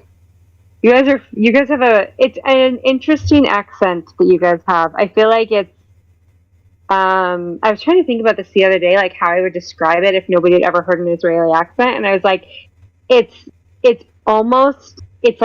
exactly what you'd expect it to be. It's like halfway between Italian and Arabic, which is like what you would expect in a weird way.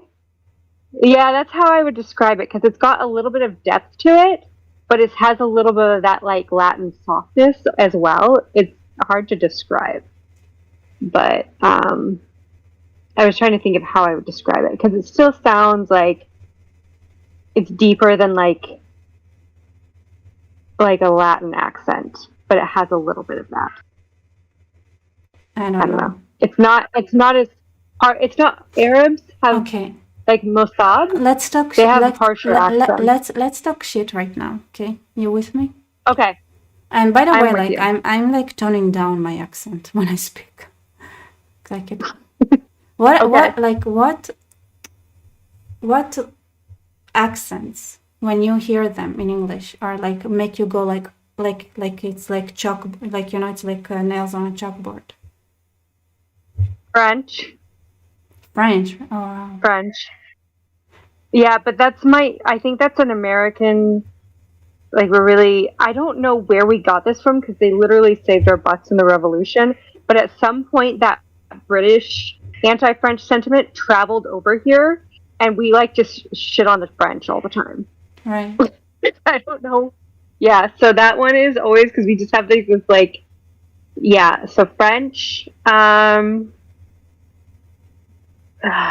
trying to think. Hungarians are really hard for me, and I feel bad because Hungarians are very nice, but like their accent is a little bit hard for me. Arabic can be really harsh. It's like it's harsh.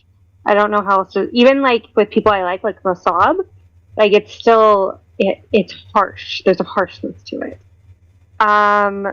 I can't, some Slavic accents, but it's hard to, I can't tell them apart well enough to say which ones bother me and which ones don't. I just know some people have Slavic accents that I don't like, and some are fine. So I don't know. What about you? You know what? Actually, in Hebrew, I'm just realizing this. I'm thinking foreign. I'm thinking too foreign. Here's what it is. And it's horrible, and I feel crappy about it every time, but there's certain Southern accents where I just assume the person's dumb, and I know that I shouldn't, and I know that that's wrong, and that there's, like, stuff around that, but I'm like, I just assume that they're dumb. Oh my God. And I feel, it's just a thing. It's a class, like, base, like, Northern, like, there's stuff around it. And, like, I know all the stuff and I know all the, like, socialization, like, why, but I still have that instinct. Like, I was watching, okay, this is me being a bad person internally. I was watching this guy, I was cleaning a patient's room. I'm a housekeeper, and I was cleaning a patient's room, and I was talking to the guy there. He had this thick Mississippi accent, and he was reading a book, and my brain, like, what was going on in my brain was like, no, your accent does not compute with you reading a book. And I knew, like, that was a wrong instinct, but I still couldn't get over the instinct. Like, I was like, no, but your accent doesn't fit you reading. And I was like, why am I terrible at the same time? I just was, like, trying so hard to be polite. And I'm like, yeah, it's a whole, like, there's a whole thing around it, and I like know it's wrong even logically, but I still can't, like, you have these, like, knee-jerk reactions to certain accents like that. So there's, like, I would say that, and some New York accents, I'm like, I have, like, stereotypes around New York accents. They're going to be rude and they're going to be mean, and that's another, like, West Coast East Coast thing. I would say that I bet if I would, like, listen to a bunch of, like, different accents from around the country, I'd probably have more judgment about American accents than I would about foreign accents, and I bet you most Americans would. Somebody said, because we're so. Go ahead. People are saying Shana sounds beautiful. Oh, that's so sweet. Yeah, and somebody is asking, Rebecca, do you have a brain? Do you have what? Like somebody asking if I have a brain. Why? I don't know. Why? Of course you have a brain. We don't know that. You have a big unless brain. Unless you don't trust the science or media. Unless you cut me open, you don't know. Okay, that's fair. Maybe you are the first genius brainless person. Unless you, I don't know. Okay, what about you? Which accents bother you as, like, an Israeli? Do you have Alright. internal, like...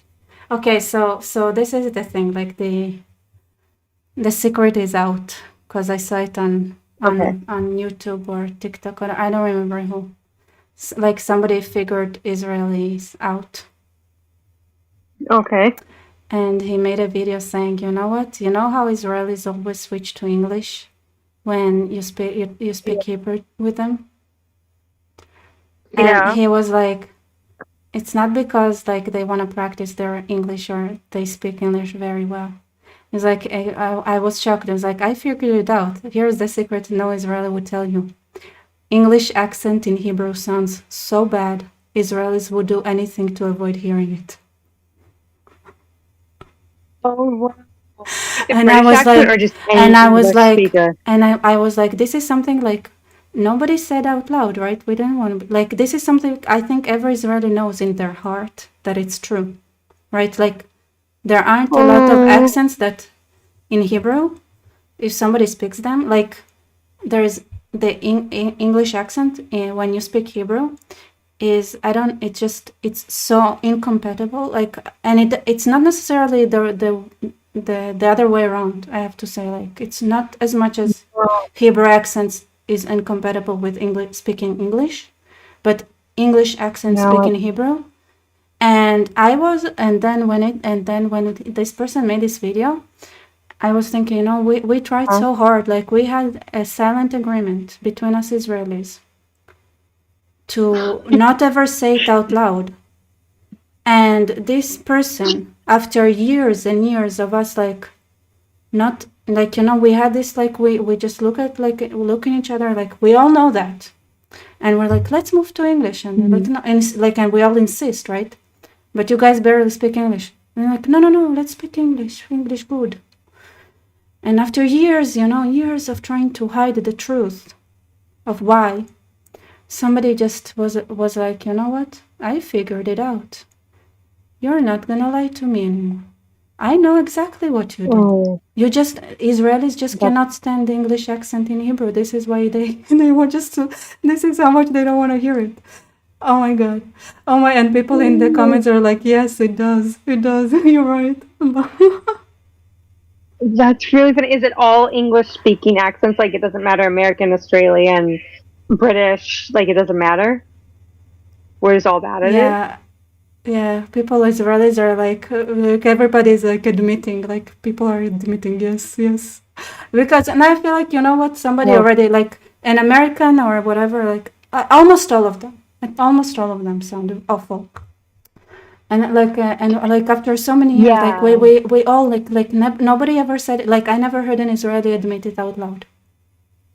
And then somebody actually came and figured it out and made a video about it. And blew our cover.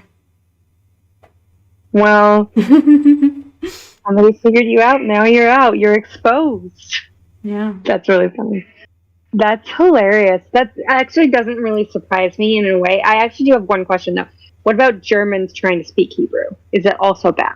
No other accent is like that. I cannot think of any other accent that is like that. Interesting. I'm so sorry. It's like so personal. No, it actually doesn't hurt my feelings because English speakers also have a hard time even going over to the Celtic languages. Like Welsh speakers will have, like, English people, like British English people, will try to learn Welsh, and it's like hard. I've heard this from Welsh people. And Welsh has a lot of common features with Hebrew, so maybe there's something going on there. Maybe that makes it like hard.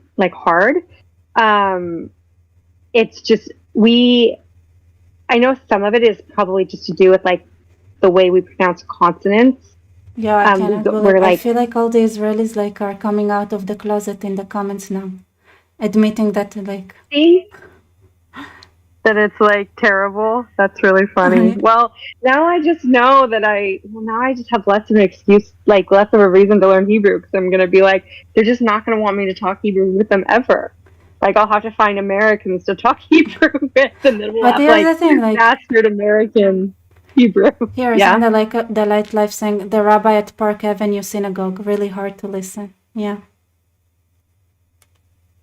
It's like somebody doesn't agree with that. I'm like, isn't there an Israeli or Hebrew speaker here who doesn't agree with this? Interesting. Yeah, I wonder why it's English specifically. I think that's an interesting thing. English is, by some linguists, classified actually as a Creole language because it's mixed with so many things, which is probably part of why it's actually so easily transmittable, because it may have started out as just like a trade dialect, and then expanded to like a full language and then expanded out. So it might be why it's so easy for English to have like loan words and all this stuff and just like hybridize. Yeah. So it's interesting. It's an interesting language that it's like hard to learn, but so many people speak it, which I think is interesting. I mean, from what I've heard, it's hard to learn. I think like if you can communicate, it's alright. Yeah. At least most Israelis seem to know at least a little bit of English, though. Yeah. I don't know. I think Israeli English is fun. You guys struggle with some words, and it's interesting, like, to hear you guys speak, like when Tal does videos, or anybody who just goes around Israel and interviews people, and you get all these different. They'll try to speak English, and it's cute. I don't know. You guys have a cute accent. I like it. I think it's funny. Sometimes I don't understand the words you're trying to say, though, and I think sometimes creators know that those words don't make sense in English, and so they'll put like the words down there so we can read them. I'm like, oh, that's what they're saying. So some of the words are, I think, harder for you guys. So it's, I don't know. I couldn't tell you exactly which ones, but I know that like sometimes I'm like, oh, you guys struggle with. Yeah, I can say radicalization. Ridiculousization. Yeah, radicalization is so hard to say. Yeah. I think our English teacher would make us say Massachusetts and Connecticut. Yeah, that's really funny. Massachusetts and Connecticut. We had to learn how to spell those words. Those were words that were hard for, like when we did do spelling. We had to learn. Those were words that we had to learn how to spell. So they're hard words to spell. Maybe they're Massachusetts. Yeah. It's kind of a hard word, though. That's not like an easy word necessarily. If you don't have your two front teeth, that's a hard word to say. If you're like 7 and you have your two front teeth missing, that's hard to say in Massachusetts. Listen, I just opened the Twitter, like X, like the things that are going on in Syria is absolutely crazy. Like the Julani army started, like, I mean, they didn't start it, but now they film it. They film some, like when they if they feel like they need to project strength, they start filming the things that they are doing. But like I guess they're very desperate right now because they try to project like the certain image. Anyway, they started ISIS style executions, and they. Oh yeah. I mean, obviously they did it all the time, but I don't like now they.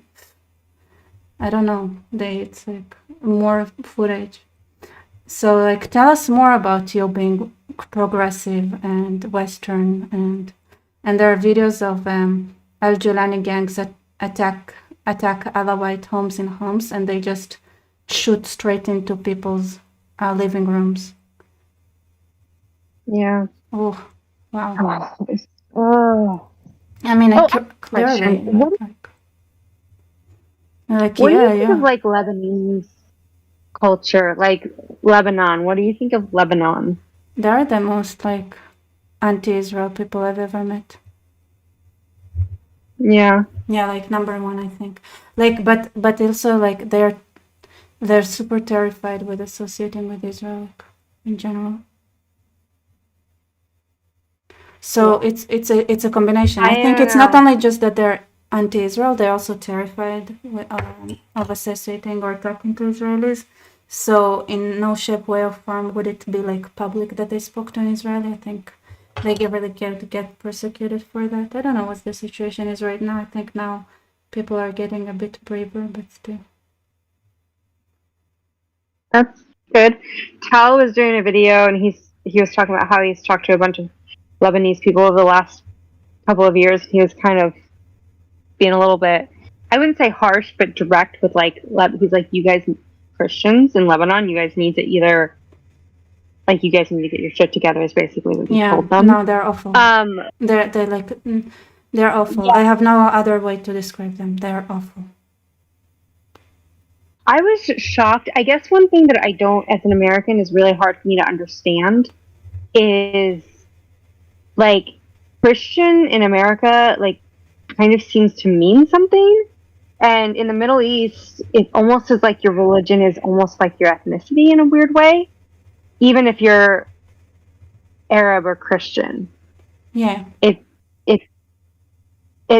kind of, because so, like, he was talking to these Lebanese people, this kid who seems like a very nice kid and who's like disgusted with his own society, so that's good. But he was talking to this Lebanese kid, and he's like these people they're partying, they're having orgies, they're doing this and this and this and this, and he's basically just like talking about all the things that Lebanese Christians are doing. I'm like, but they're Christian. Like, my brain had a really hard time. My Western brain had a really hard time computing with, like, identifying as a Christian and behaving in that way. Like, if somebody behaved that way in America, Christians would, like, disavow and be like, you guys are not behaving like Christians. I mean, I don't know. I don't know either. I mean, I'm not saying American society is perfect. I'm not saying that everybody's an angel. No. I'm not saying Lebanon, that Christians an angel. But, like, it's a weird thing for my Western brain to process, because in my brain I'm like, oh, we should bring Christians here because America is like the land of the Christians. I mean, not that other people can't be here, blah blah blah, but just that's, you know, it's been a retreat for Christian people for a long time. Mm-hmm. But hearing more about this, I'm like, wait, maybe they're not like Christian in the same way that I'm thinking. I don't know. It's an interesting thing to learn about. That makes me sad. Lebanese people here are pretty nice, but I don't know how they are there.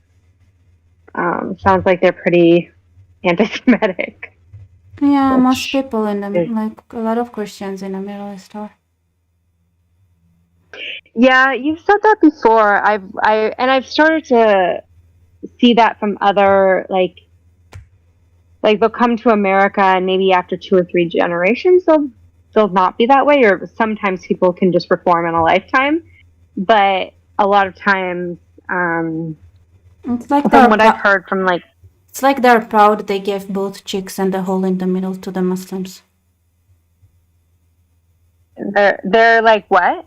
I mean, it's like they're proud they gave both cheeks and the hole in the middle to the Muslims. Oh, interesting. Like, why? I don't understand.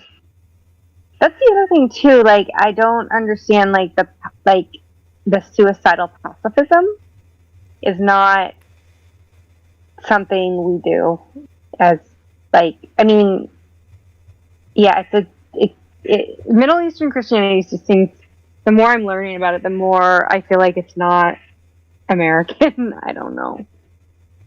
That sounds bad, because I don't think American Christianity is special, you know that, right? Like, they had to escape Europe for being different.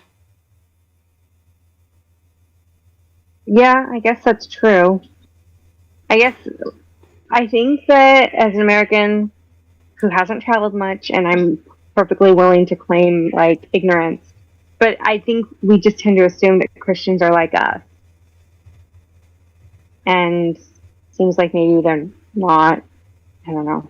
I mean, it That's depends. what People it are seems like. different. It's like it's also a mistake to just judge people by their and not by individual. You know. Well, of course, that's what I'm saying. I mean, like the individual people that I've known from the Middle East that are Christian are pretty Christian here. So it's not, or they just leave Christianity, like Christians who in America who grew up Christian and decide it's not for them. So that's been my experience. But it looks like somebody else is here. Hello. Yeah, Ilya.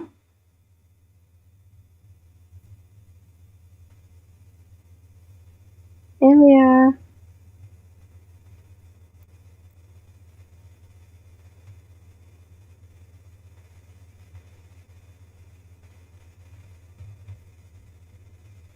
Ilya. They're not talking.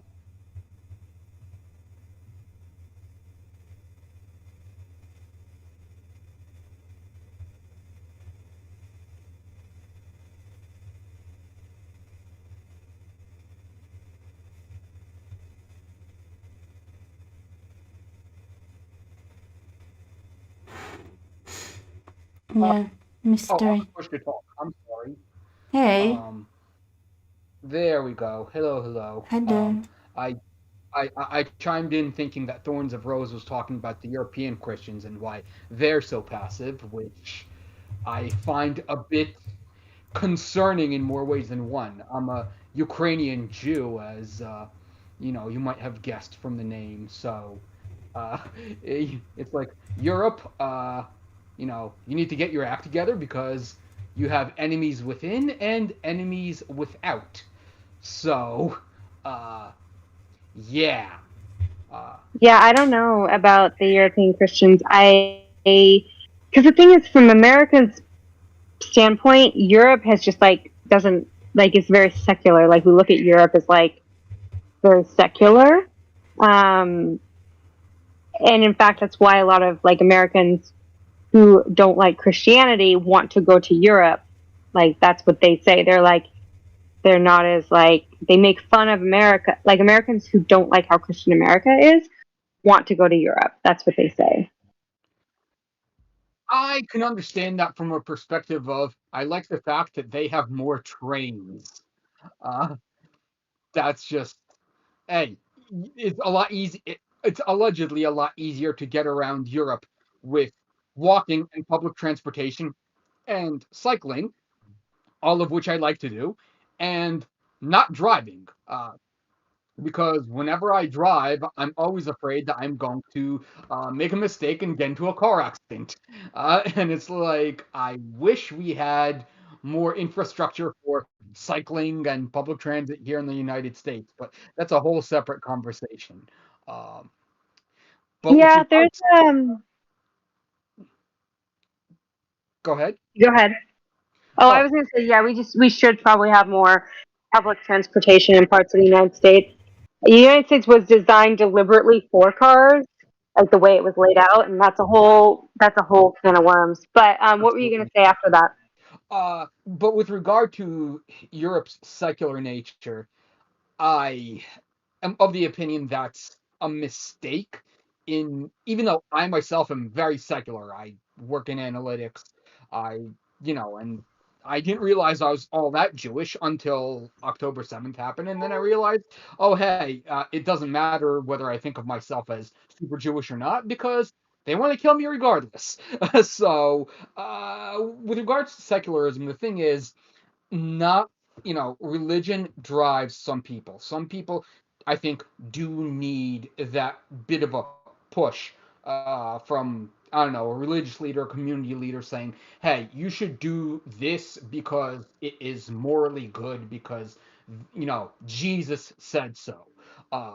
Granted, a lot of Christians are very non-Christ-like, as we see here in America, but See, but here's the thing. I think Americans Christians this is what I'm observing. Again, I've never been to the Middle East, so I don't know. Yes, of course, we have to judge the individual. But what I'm saying is American Christians, I think, have a different problem than what Middle Eastern Christians have. Because it sounds like Middle Eastern Christians are happy to be pacifistic, even to their own detriment.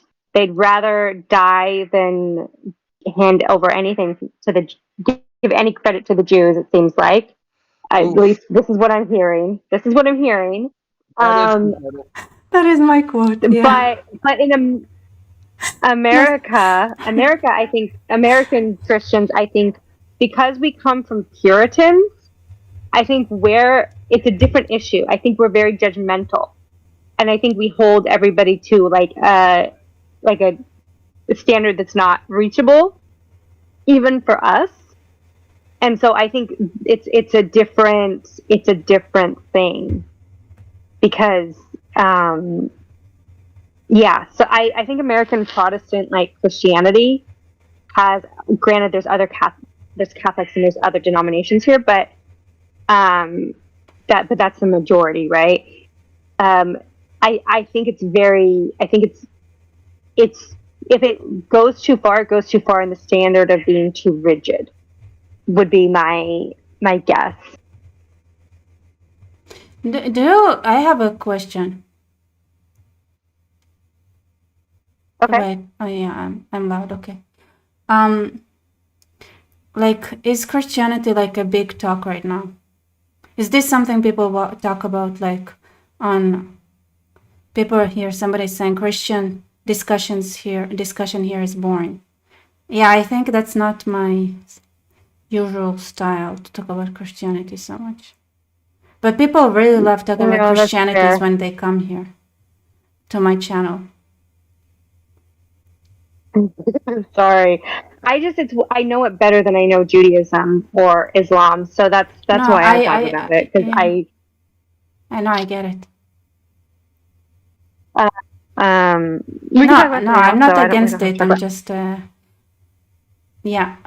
So just somebody else can. The only question is Rebecca going to convert to Islam or not? Well, I don't need to convert. I'm Jewish. So, if you actually follow the logic of Islam, with Jews being Muslim because they believe in the, how do you call it, the one God principle, then I don't need to convert, man. Yeah, I think she's good. Yeah, I'm good. She'll get to Islam and more Muslim than any Muslim I know. If you actually this is why I love Islam. If you actually follow the logic that is set up.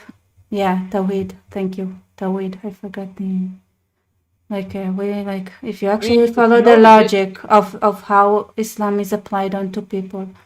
I was I claim they're you cannot deny Jews are the most Muslim, they follow the setup for who is a Muslim the best. So yeah. See, you're golden. Ilya, what were you gonna say? From a historical perspective, though, if you look at the main figure in the major religions, Buddha, Abraham/Moses, Jesus, Muhammad and Islam. I'm not sure if Shinto has any particular major figure, but then if you remove the religiosity from it and just say, what did these people do over the course of their lifetimes as regular human beings? The Buddha Siddhartha Gautama went on his journey to seek enlightenment, to try and learn empathy because he was a spoiled prince. Okay, dude made progress. That's nice. Jesus, he was basically the proto influencer, and he got a bit too popular, so the Romans stuck him on a cross, and allegedly he came back after that. You guys are so excited about. I kind of want to leave you and be like, you guys, I just go. I'm a bit tired, but no. What are you? But you guys are having a great conversation, so I don't want to stop you. Right, but then you look at Muhammad. Now, for those that don't know who Aisha is, he married her when she was 6 and consummated the marriage when she was 9. No matter when you live, that's way out of bounds. Have you guys seen the video from Iraq with the 9-year-old bride that went viral? I saw that. I was grossed out. I wanted Yeah, to cry. I saw something that was like some video like a guy saying like she died that night. Oh my gosh. Like you know that that's I think it went heartbreaking. so viral with this 9-year-old walking like getting married, and like it went viral, but apparently there is a continuation, and she didn't make it. That's right. I just may a millstone be retailed. Like this is the person they are emulating. He also was a warlord. There were all sorts of spread Islam by the sword in his name. I'm not sure if he killed a whole bunch of people by his own hand or just his followers, but they were civilians, and violence against civilians for the purpose of achieving political or religious goals, that is the objective definition of terrorism. So I love your optimism. I mean, one of the biggest problems. What happened to the good old killing for fun? Why do you have to put an ideology for just people having fun? People are just so annoying in that matter. Right? Like, why do you need to? People wanna have their fun, and you guys have to attach an ideology to it. And so the idea of, hey, if that's the person you're worshiping, the man that had a child bride, that was responsible for the deaths of hundreds, if not thousands, of innocent people to spread an ideology. If that's the person you worship willingly, but they wouldn't say that they worship him though. I think that they are, like, based on their behaviors, but they wouldn't agree to that terminology. Just to be clear, they wouldn't say that they worship him. Maybe they don't worship him, but they extol him. They sing his praises. He's numero uno. In their religion, as far as human beings go. If that's the guy they look up to, that is something that a person should be held accountable for. That, that's the person you look up to. That's your number one. That is very concerning, not just from, this is your religion, but that is the guy you look up to. You know what's the problem is that we all decided to, we all bought this nice ideology, like religion packaging, of people who just want to protect their right to have fun. Like, what if we just say it as it is? Like, these are people who are murderers and enjoy their slaughter, and they realize that they found this amazing way of ensuring they could continue doing that, and they attached an ideology to their lifestyle. That's it. If we say it like that, the fight would be clear. It's clearly you guys there is no ideology. You're just barbarians. And if we say that and it's clear, you need to get rid of them. There is just one solution. You don't need to think too hard. And that's it. It's not an ideology that encourages murder. It's a murder that thought, how do we get people to not how do we make it easier for us, and then they made an ideology.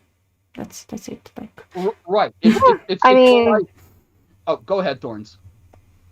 Oh, you could argue too that Christianity came from people trying to figure out how to make the barbarians nice.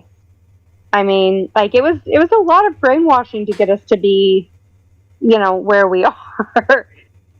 I don't agree, but I'm just when you look at the central figure in these religions, any follower of Jesus Christ can be unchristlike. We can't just say Jesus was a bad person because 1,000 years after he left us, there were some people that decided we're going to spread his ideology through the sword. I'm talking about the central TV visited religions. And go ahead. Thank you, guys. I just saw this that 2CTV visits Tommy Robinson in prison, and he broke it. He said the thumbnail says he broke his NDA. So, do you guys wanna I wanna see what's up with Tommy Robinson.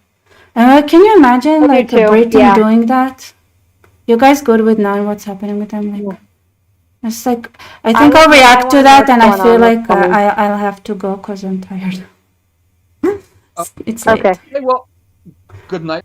Yeah, I can. I can keep the stage open. No, let's watch the Tommy Robinson update and then I'll go. Right. Okay. Tommy Robinson in prison at Woodhill. Restrictions on Tommy as a civil offender continues, and in this live stream, I'm going to be breaking my NDA. Yeah, let's skip a little bit. Actually going in. Let me in. We went in. I was like, well, that's a bit of a surprise. We're actually going in. Then they said, here we go. Here's the form. If you want to be able to enter the gates of hell, you have to sign this gagging order, the NDA, so that you're not allowed to talk about what you discuss during your visits. So I looked at it and I thought, okay, I'm going to sign it because we're going to have to go in to see him. Mm-hmm. Went inside, saw Tommy, so I'm going to give you guys the information about any hypothetical civil offender in that situation, right? What sort of experience you could actually witness when you go to see any civil offender, right, in solitary confinement. Then my friend Tommy requested and asked me to send you guys his message. Obviously that means breaking the NDA, the gagging order. Okay, I get it, where you're a hero. But he's my friend, and I thought it's nice to actually do what he's saying. If you want to shoot, shoot. Don't talk, shoot. And he doesn't get much in his cell, in his prison every day. So I said, I'm going to take the risk. There will be consequences. I fully understand. But it's the right thing to do for someone who's done so much for this country. Now, we went in. He has officially grown a ginger jihadi beard. Yep, even though his mother is not going to be happy about this. He's got a full-on ginger jihadi beard. But that aside, the last time I visited him was a few months ago. It was still early days relatively. I think it was around October time, something like that. November, October. He was still upbeat. Can we like get to the point, sir? Situation in terms of his every hour, every minute of his day, it's still 23 hours he's stuck in a cell on his own. He's able to walk for about half an hour around a circle in a very small area outside the cell, just half an hour. His issue, there's a problem with the lack of GB News. Some of you are familiar. A while ago, we reported that GB News has been banned.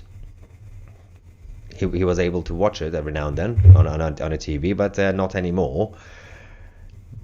There has been accusations, let's just say. New allegations have come out that it's not just for Tommy or a civil offender in solitary confinement. Everybody at Woodhill is now banned from watching GB News. The allegation is that the Islamic Imam has complained that GB News is anti-Islamic, so the prison has removed. Okay, so this is step one. Okay, but where's the gulag part? Okay, so GB News from the whole of the prison. Nobody is allowed to watch it. This is the same GB News that's from this hypothetical. I mean, that's basic. Like, you cannot have a gulag when you let the opposition, like, state their opinions. Civil offender to give you guys. But there is a lot that we can't completely discuss, not because of any sort of NDA thing. It's mostly because of himself. But let's just say, behind closed doors, there is massive support from, in terms of the legal support and everything else, not just his team, but Elon Musk has played a massive role. It might not be public, it might not just be, on social media, but the support is there. Legally speaking, there is a challenge. I can't get into the details of that because obviously it could prejudice the whole outcome of it, but despite all this, we might potentially get some good news, potentially. Yeah. like I have to say, the light of life, I notice you, okay? You're not letting us having fun and roasting people. You don't let us be mean. You're like always like protecting the people we are trying to bully. I know you think it's like this is not, it's clearly like you're right, it's a good behavior and stuff, but it's way less fun, to be honest.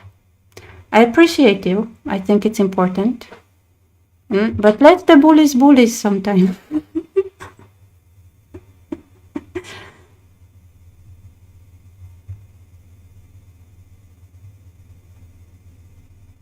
Right.